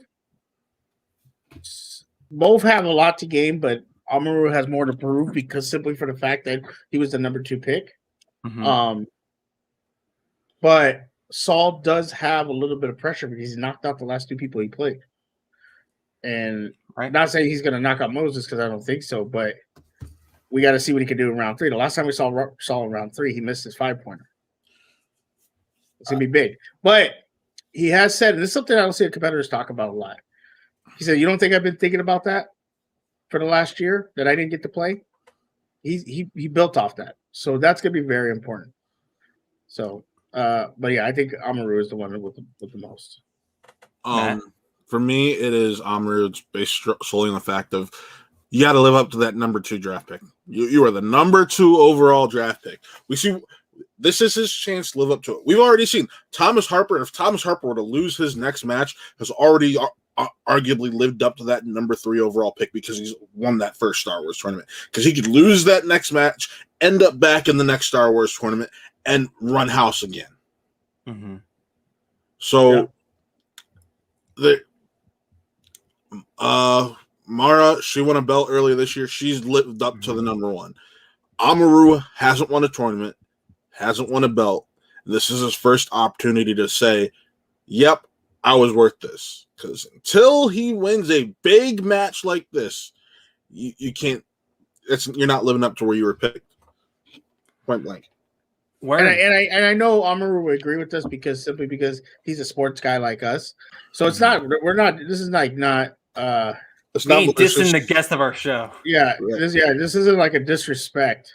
But this is a. Look, show up and show out. If he shows up and shows out, more power to him. Like I said, this is a big opportunity for Saul because he will no longer be that collider guy anymore. People will be like, no, he's a legitimate Schmodown player now. You have to give him his credit, but he beats Amaru and gets to a title shot. I mean, that's almost legendary status. That is almost legendary status to me, honestly. Everybody will remember that. So, right. And ASG in the chat saying that Harper is different because he was taken before Demolanta. This is now the same thing with Amaru being taken with Saul available. Then how is it different if it's the same thing? I see what you're saying, ASG. I don't know if you meant to word it that way, unless I'm confused by what you're saying. But and a lot of folks didn't know what to take from Saul this year because we got the 1 sample size last year, and we didn't know he lost to Brandon Hanna, and we saw how Brandon's season is going so far. But Saul had all that time. like almost 365 days between matches to really be that player and to not even see a round 3 question this year. Granted, you can say it was his opponents, like the whole conversation of who do knockouts speak more about, the winner or the loser. But at the same time, a knockout's a knockout. You have to put up enough points to even get to that. So that's a testament to Saul as well, both against Alba and John Humphrey. So now I don't want to be disrespectful to anybody, but Amaru is going to be Saul's first crazy ass challenge this year in regards to Inner Geekdom. Because Amaru coming in here 30 points after opponent's choice spin. Corey Cameron in the chat saying, Saul, for everything that Should just said, Amaru will not get KO'd like the real rejects did. I think Amaru still has time, in my opinion. See, but I'm looking at this from a seasonal standpoint because for all we know, we're going into a draft again next year. And Amaru could end up back in that draft. So at that point, expectations reset. He's got to live up to the number 2 overall pick this year. I'm focusing on just this year alone. Yes, Amaru has his time, but at the end of the day, he's going to have a schmodown career. He's probably going to get drafted a few more times because that's how this game's going now. Or maybe it changes. Who knows? We could have a big event coming soon. It's been teased. So, right. And just to be different, so just to talk about Saul for a moment, because I halfway am leaning towards Saul has more pressure on him because Amaru ain't John Humphrey. Amaru ain't Greg Alba. Obviously, my man just put up 30 points after getting opponent's choice. Granted, say what you want about opponent's choice meaning something nowadays, but he just put up 30. One of the better, if not one of the best Inner Geekdom performances we saw this year. And now here he is playing Saul, a man who has not gone to the 3rd round since his debut match last year. Hello.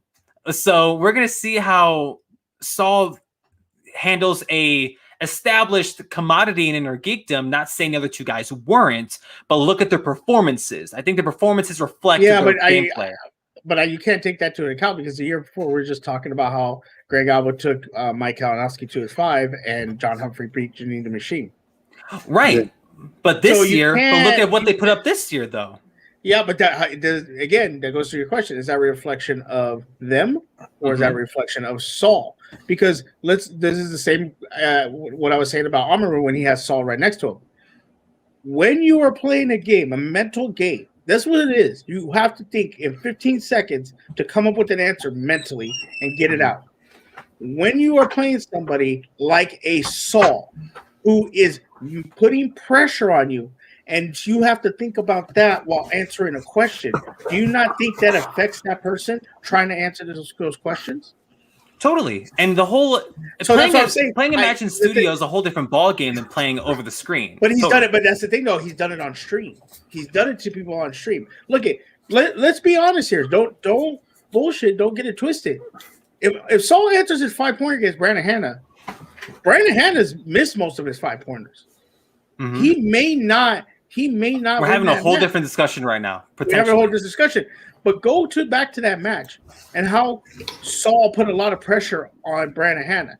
Now, fast forward that to a year where Saul now has dedicated so much time to the Schmodown. Mm-hmm. He knows how to put pressure on people. They know they're going to get that pressure. And now they're feeling it while trying to answer questions and playing this mental game. That is big for Amaru. That is big. He's going to have to deal with that. And the fact that now you're not even doing it on screen, the guy is going to be right to your left or to your right, that's big. And that might affect Amaru. I'm not saying it could. I'm not saying it will, but there's a possibility. Totally, yeah. So I don't think you can use John Humphrey and Alba match against Saul and be like, well, we don't know. Last year, we weren't saying that about them. Last year, we were talking about, we were praising Greg took Kalinowski to 5. John beat Janine the Machine, and then had to go up against the Barbarian. And people were even thinking, man, what if John can, or was it the Barbarian? Yeah, it was the Barbarian. What if John could beat the Barbarian? So how did the conversation change so quick? Well, it's because you just said but you said it was their performances against Saul. Mm-hmm. Well, again, like you said, is that more on them or more on Saul? So you got to take that into account, Chris. You can't just say, No, "Oh, I'm well, not shrugging it off either. You did shrug it off. I'm calling you out. You did. How did I shrug it off? I'm the one that brought up the point initially. Because you said, well, I'm they saying didn't we have really to keep that in mind. We have to keep in mind of their performances this year. Amaru is Saul's hardest challenge that he's faced in the Schmoedown ever. And his 4 matches that he will have, Amaru's included. You don't think Amaru's Saul's Amaru's toughest challenge? 1,000%. 100%. Like, I'm not trying to diss Saul by any means. I'm just I think you were.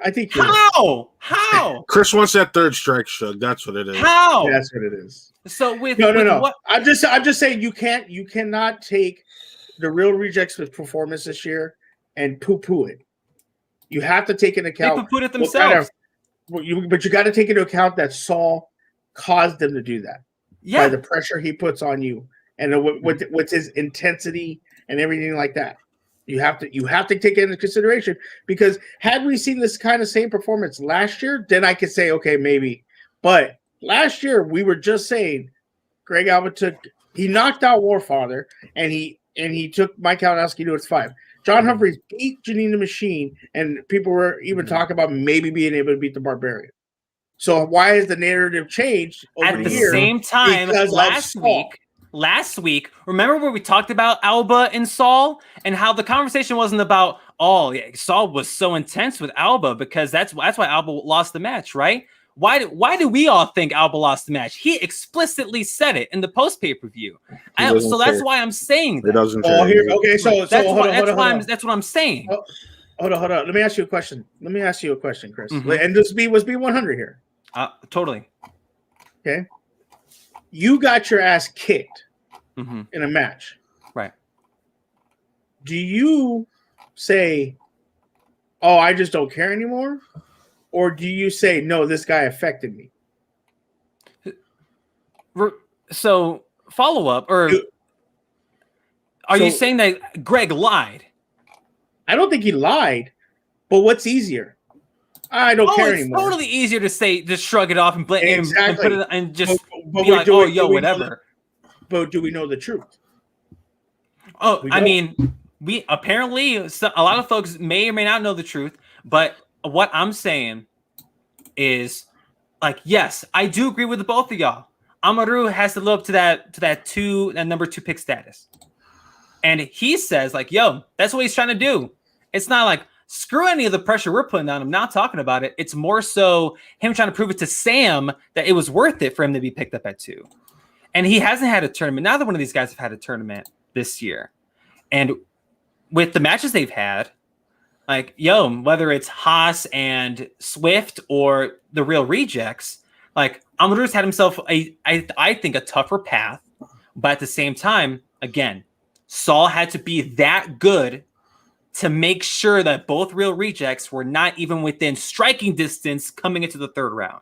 That's impressive nonetheless. The fact to do it twice in the same year to 2 teammates on the same faction, like, that is impressive nonetheless. So again, let's not get things twisted. I'll be the first person to go back and watch the tapes. The receipts are there on the channel of me talking about them damn matches. But all I'm saying is that Amaru is going to be Saul's toughest challenge this year, and it could be vice versa. And I see you in the chat, ASG. I don't know for sure if Saul is tougher challenge than Haas. We haven't seen enough from either of them. Okay, so you were just saying right now who's had a tougher path. Why would Amaru's you say had a tougher path? I don't think so. Why? How can you prove that? Because his matches came down to they were closer matches. I would say Amaru's who's the tougher competition? I would say Jesse. You have to say Jesse. An old who's never played in the going into this year. Is it tougher to match?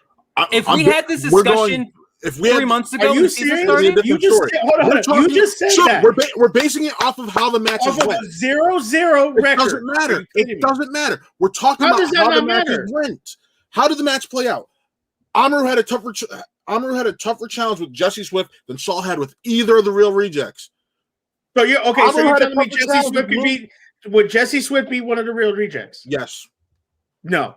Yes. He would. No. Woo-hoo. No. You are smoking crack. I You think are we're totally looking at this correct. differently. You're talking about a guy who knocked out somebody, who took a champion to his 5-pointer, who beat Janine the Machine, and was almost considered to possibly be Barbarian to lose to an 0-0 rookie, to an 0-1 rookie now. Going into You the are match, smoking crack. Going into the match, yes, that was the idea, right? When we first saw Humphrey and Saul, we're like, oh my God, that match could be really good. Saul hasn't played since he lost to Hannah, and John was really good in this IG tournament last year.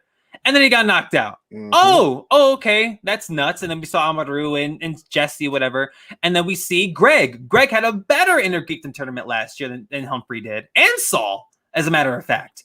And then he gets knocked out by Saul. Mhm. Another testament to Saul.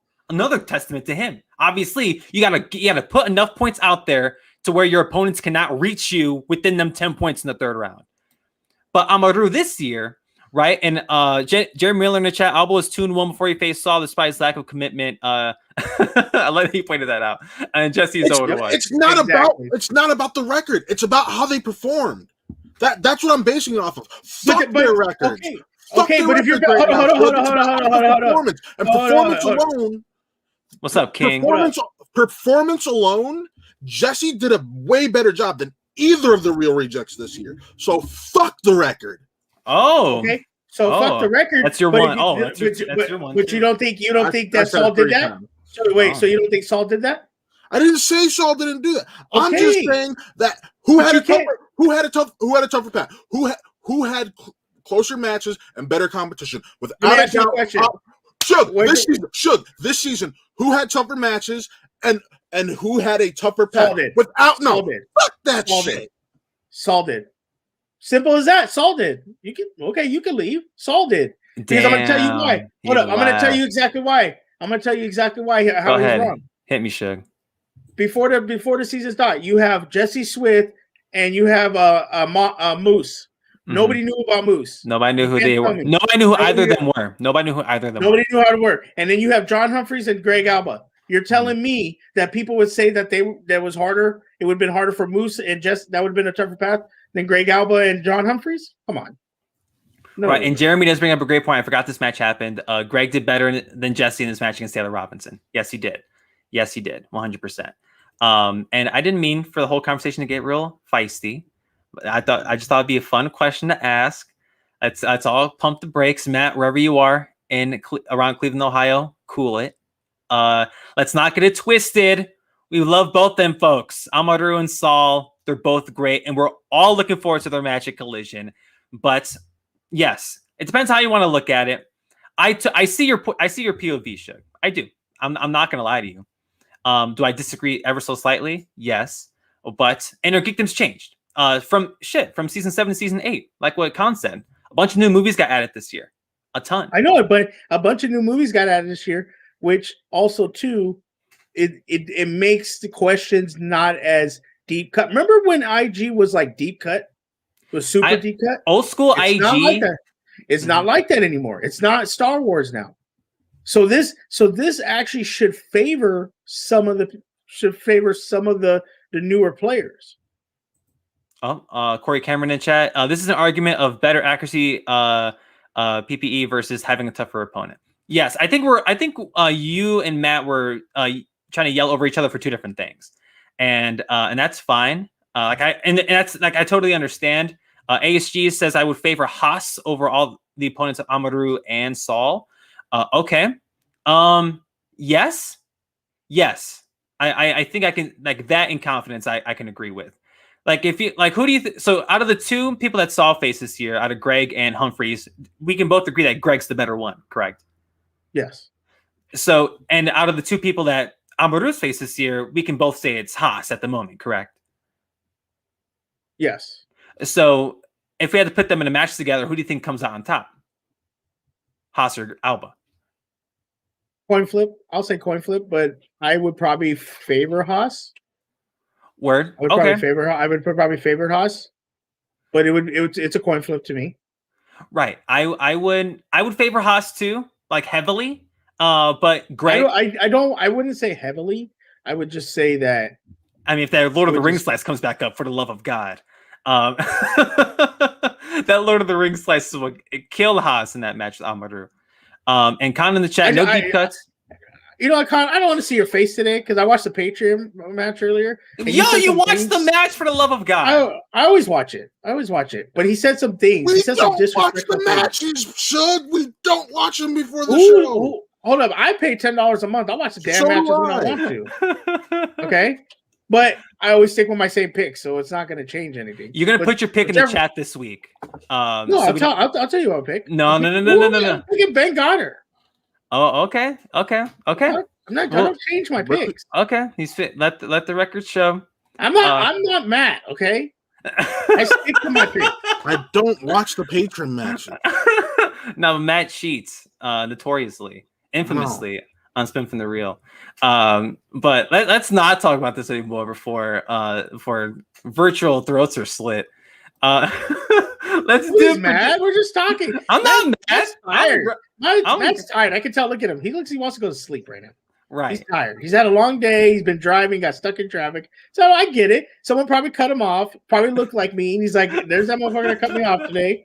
But I want to kill him. I get probably it. has some Puerto Rican flags hanging from his rear view. It's okay. I get it. It's okay. We all get like that. I had a bad day too. You guys just made it better now. Matt just made me happy. Now I'm not as mad anymore. Matt just made me happy. Yo. Here we go. That's gonna be our new slogan. Fuck the records. Here we go. That was good. Shug never change, man. Den shilling all day. I did. I'm a den shill. I've said it.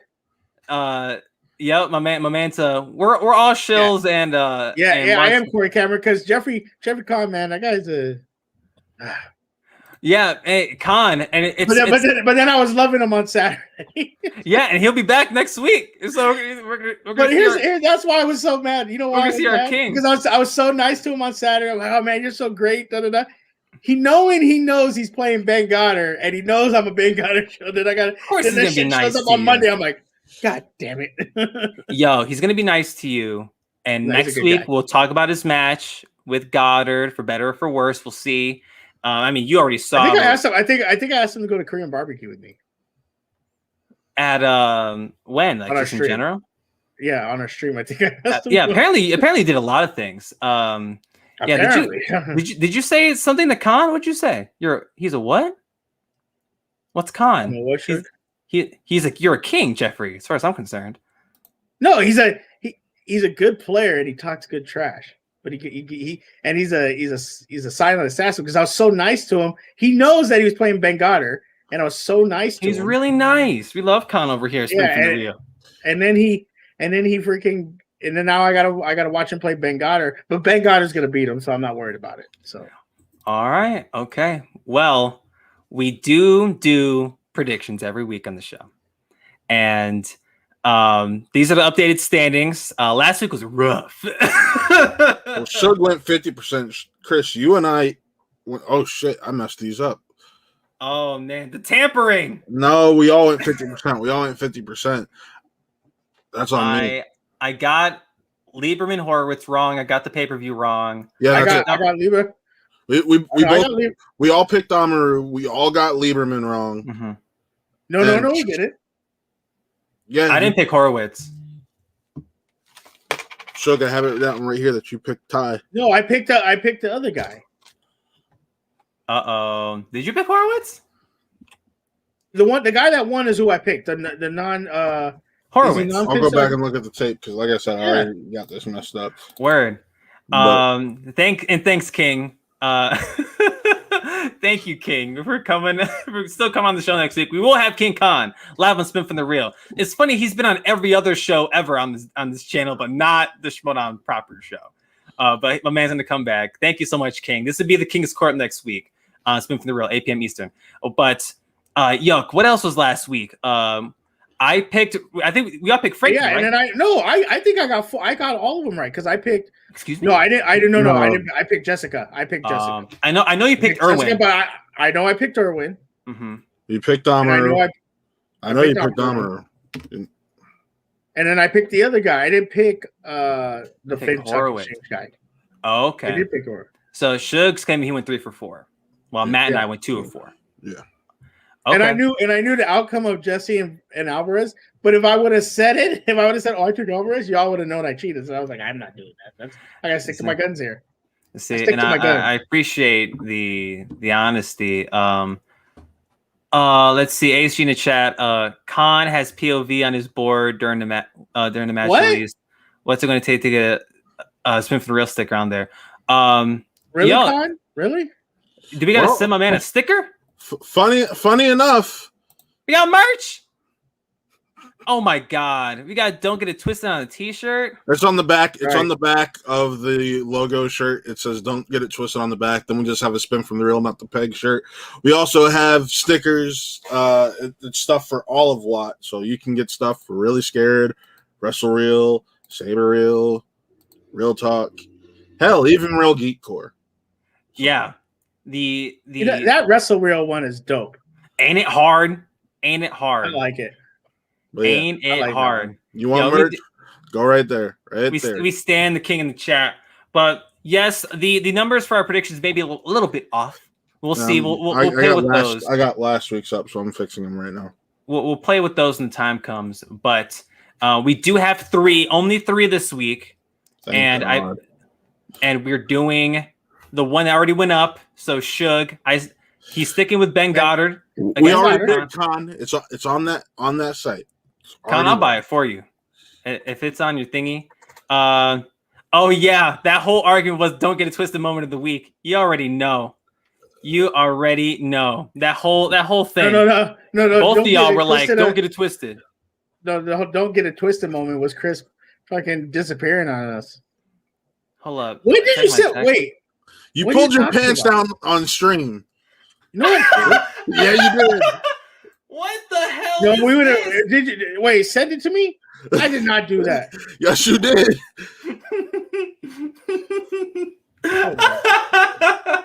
Yo, you're wild as hell, Shug. That is so damn funny. That's gonna get us killed. Us. You. They can get me killed. Oh, let's see. Hold on. It's only like a little bit of Oh, like little ass crack. But so yes, let's do predictions for the week. oh, that ain't nothing. If that's the worst it got, Oh God, We'll Con live. was there. Con was Yep. there. yeah, the King was there, Brandon was there. Looks like was that Rick? Rick was there.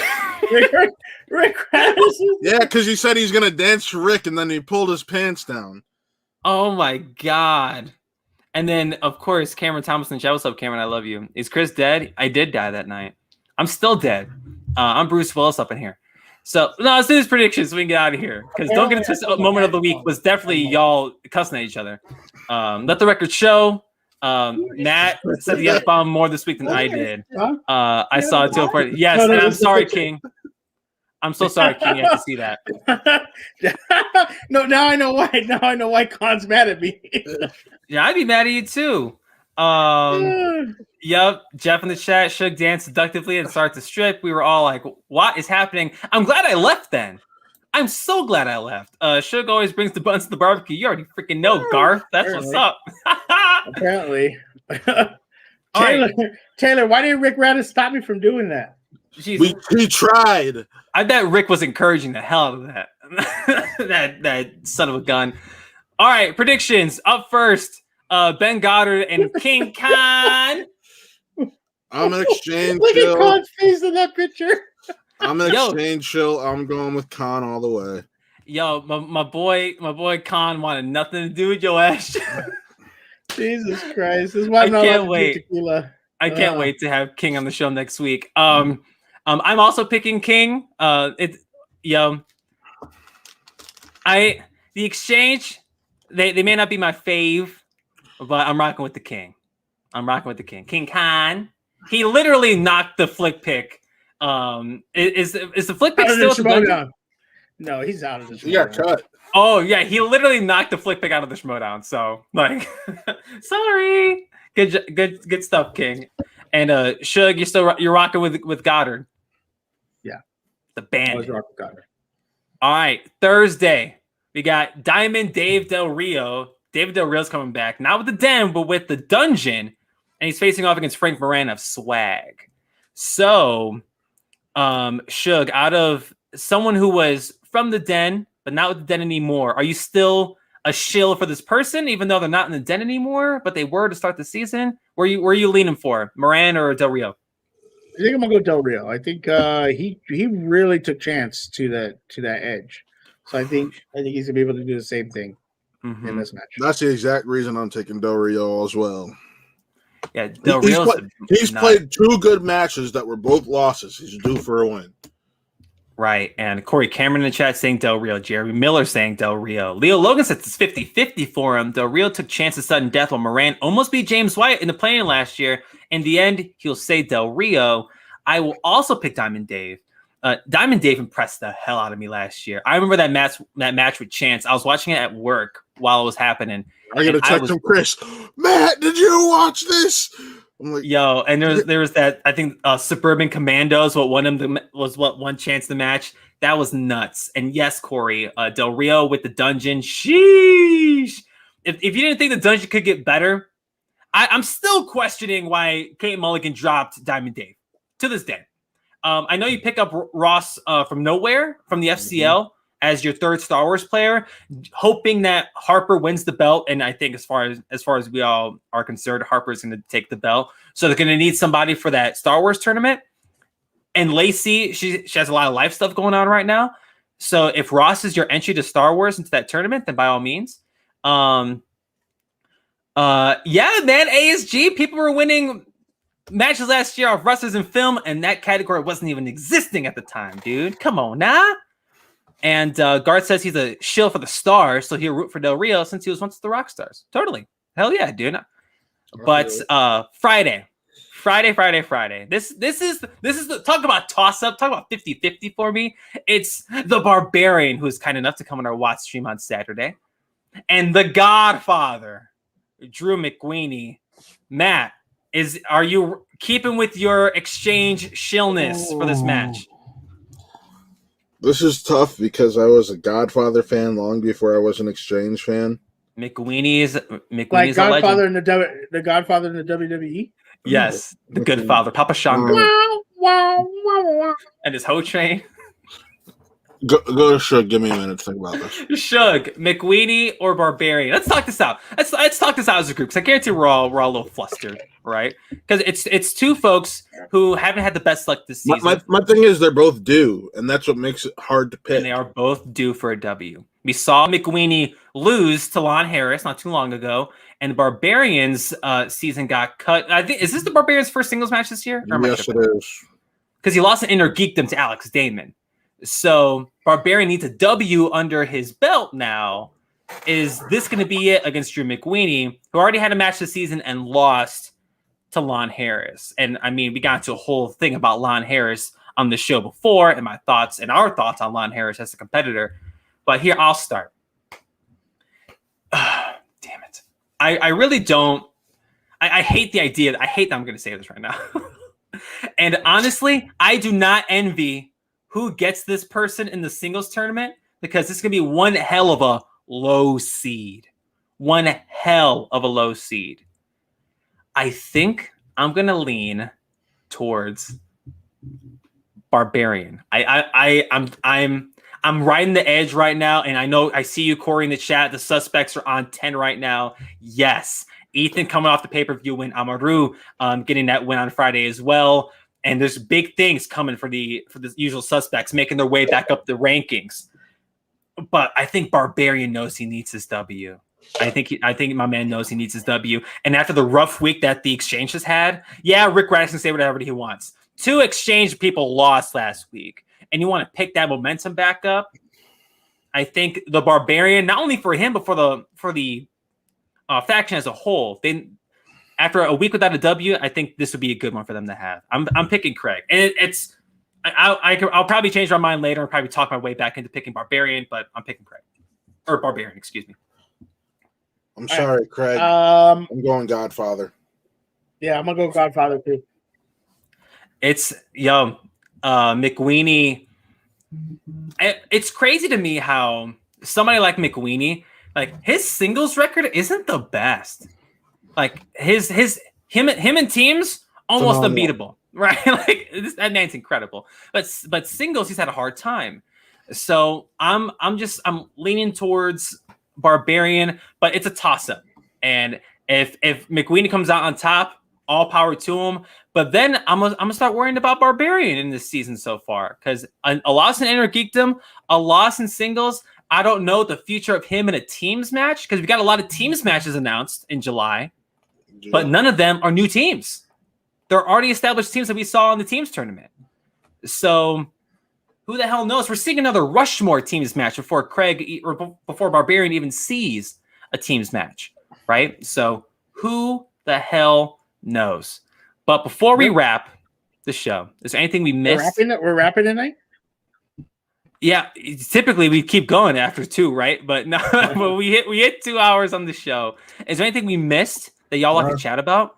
No, all I gotta say is remember to buy the merch. There's even normal Watt Reel merch. There's even shirts, and they now added pint glasses.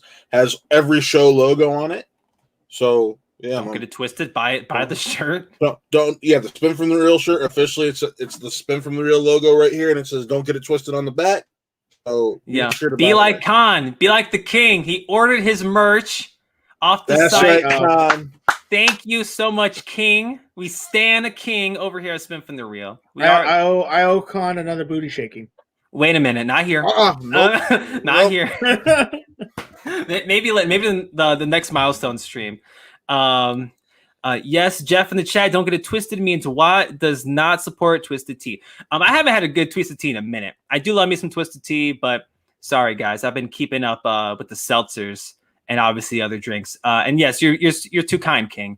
Thank you to everyone that supports the channel. If you're not subscribed right now, watching live or after the fact, please subscribe. We just hit 250 not too long ago, hence the celebration stream on Saturday. But we're looking to 300. We're looking to 4. We're looking to 5, etc., etc., etc. We want to keep building the whole channel, and make sure you check out the other shows going on every single week here on Wild Real Entertainment. Of course, Spin from the Real, 8 p.m. Eastern, 7 p.m. Central, Mondays. Really scared when it gets back from its hiatus. When it's on a temporary hiatus, but they'll be back sooner rather than later. There are Thursdays, 8 p.m. Eastern, 7 p.m. Central. Wrestle Reel. Look at that hot ass perp logo. Oh, love me some Wrestle Reel. 6 p.m. Eastern, 5 p.m. Central. We're looking to have a live show this week after we had a little pre-tapey this past week, but nothing too crazy. We'll be back on Friday for some more Wrestle Reel, and we do have some more fun stuff planned for that show. Saber Reels, excuse me. How did I forget Saber Reels? Saturday, 8 p.m. Eastern, 7 p.m. Central. You already know the moves for Saber Reels. Matt and Toby talking the latest and greatest in Star Wars. And Sunday. Real talk, baby. 7 p.m. Central, 8 p.m. Eastern. No real talk this Sunday in his observance of July 4th. July 4th. Yo, it's a holiday. Do y'all get Monday off for work? I get the day off at work. I have Monday off, so I was told I got Monday off today, and I was pretty happy about it. So, but we're not taking Monday off. Hell no. Hell no, we ain't taking no damn Monday off. The Shimoda keeps pumping out movie trivia every single week. Plus, we got King Khan coming on. We'll be the King's Court next week, officially on Spin from the Real. So make sure y'all check that out. And I see you, Jeff, in the chat picking Khan, Drew, and Del Rio. So this week's going to be a lot of fun to see. And the whole July schedule, if y'all haven't seen it, go ahead and check it out. We have a bunch of fun stuff planned. We have guests. We're going to be doing our typical nonsensical shows. You already know what the moves are. But for the main man, the master Matt Thomas down there, for the Shug, my dad, or one of my dads, because I think we established that this past weekend. I have 2 dads, and they're happily married. My name is Chris Anthony Lopez. Thank y'all so much for watching Spin from the Real. And do not forget, y'all, Spin from the Real, not the pegs. We'll see you guys on next Monday. King Khan's joining us. Bye, y'all. Adios.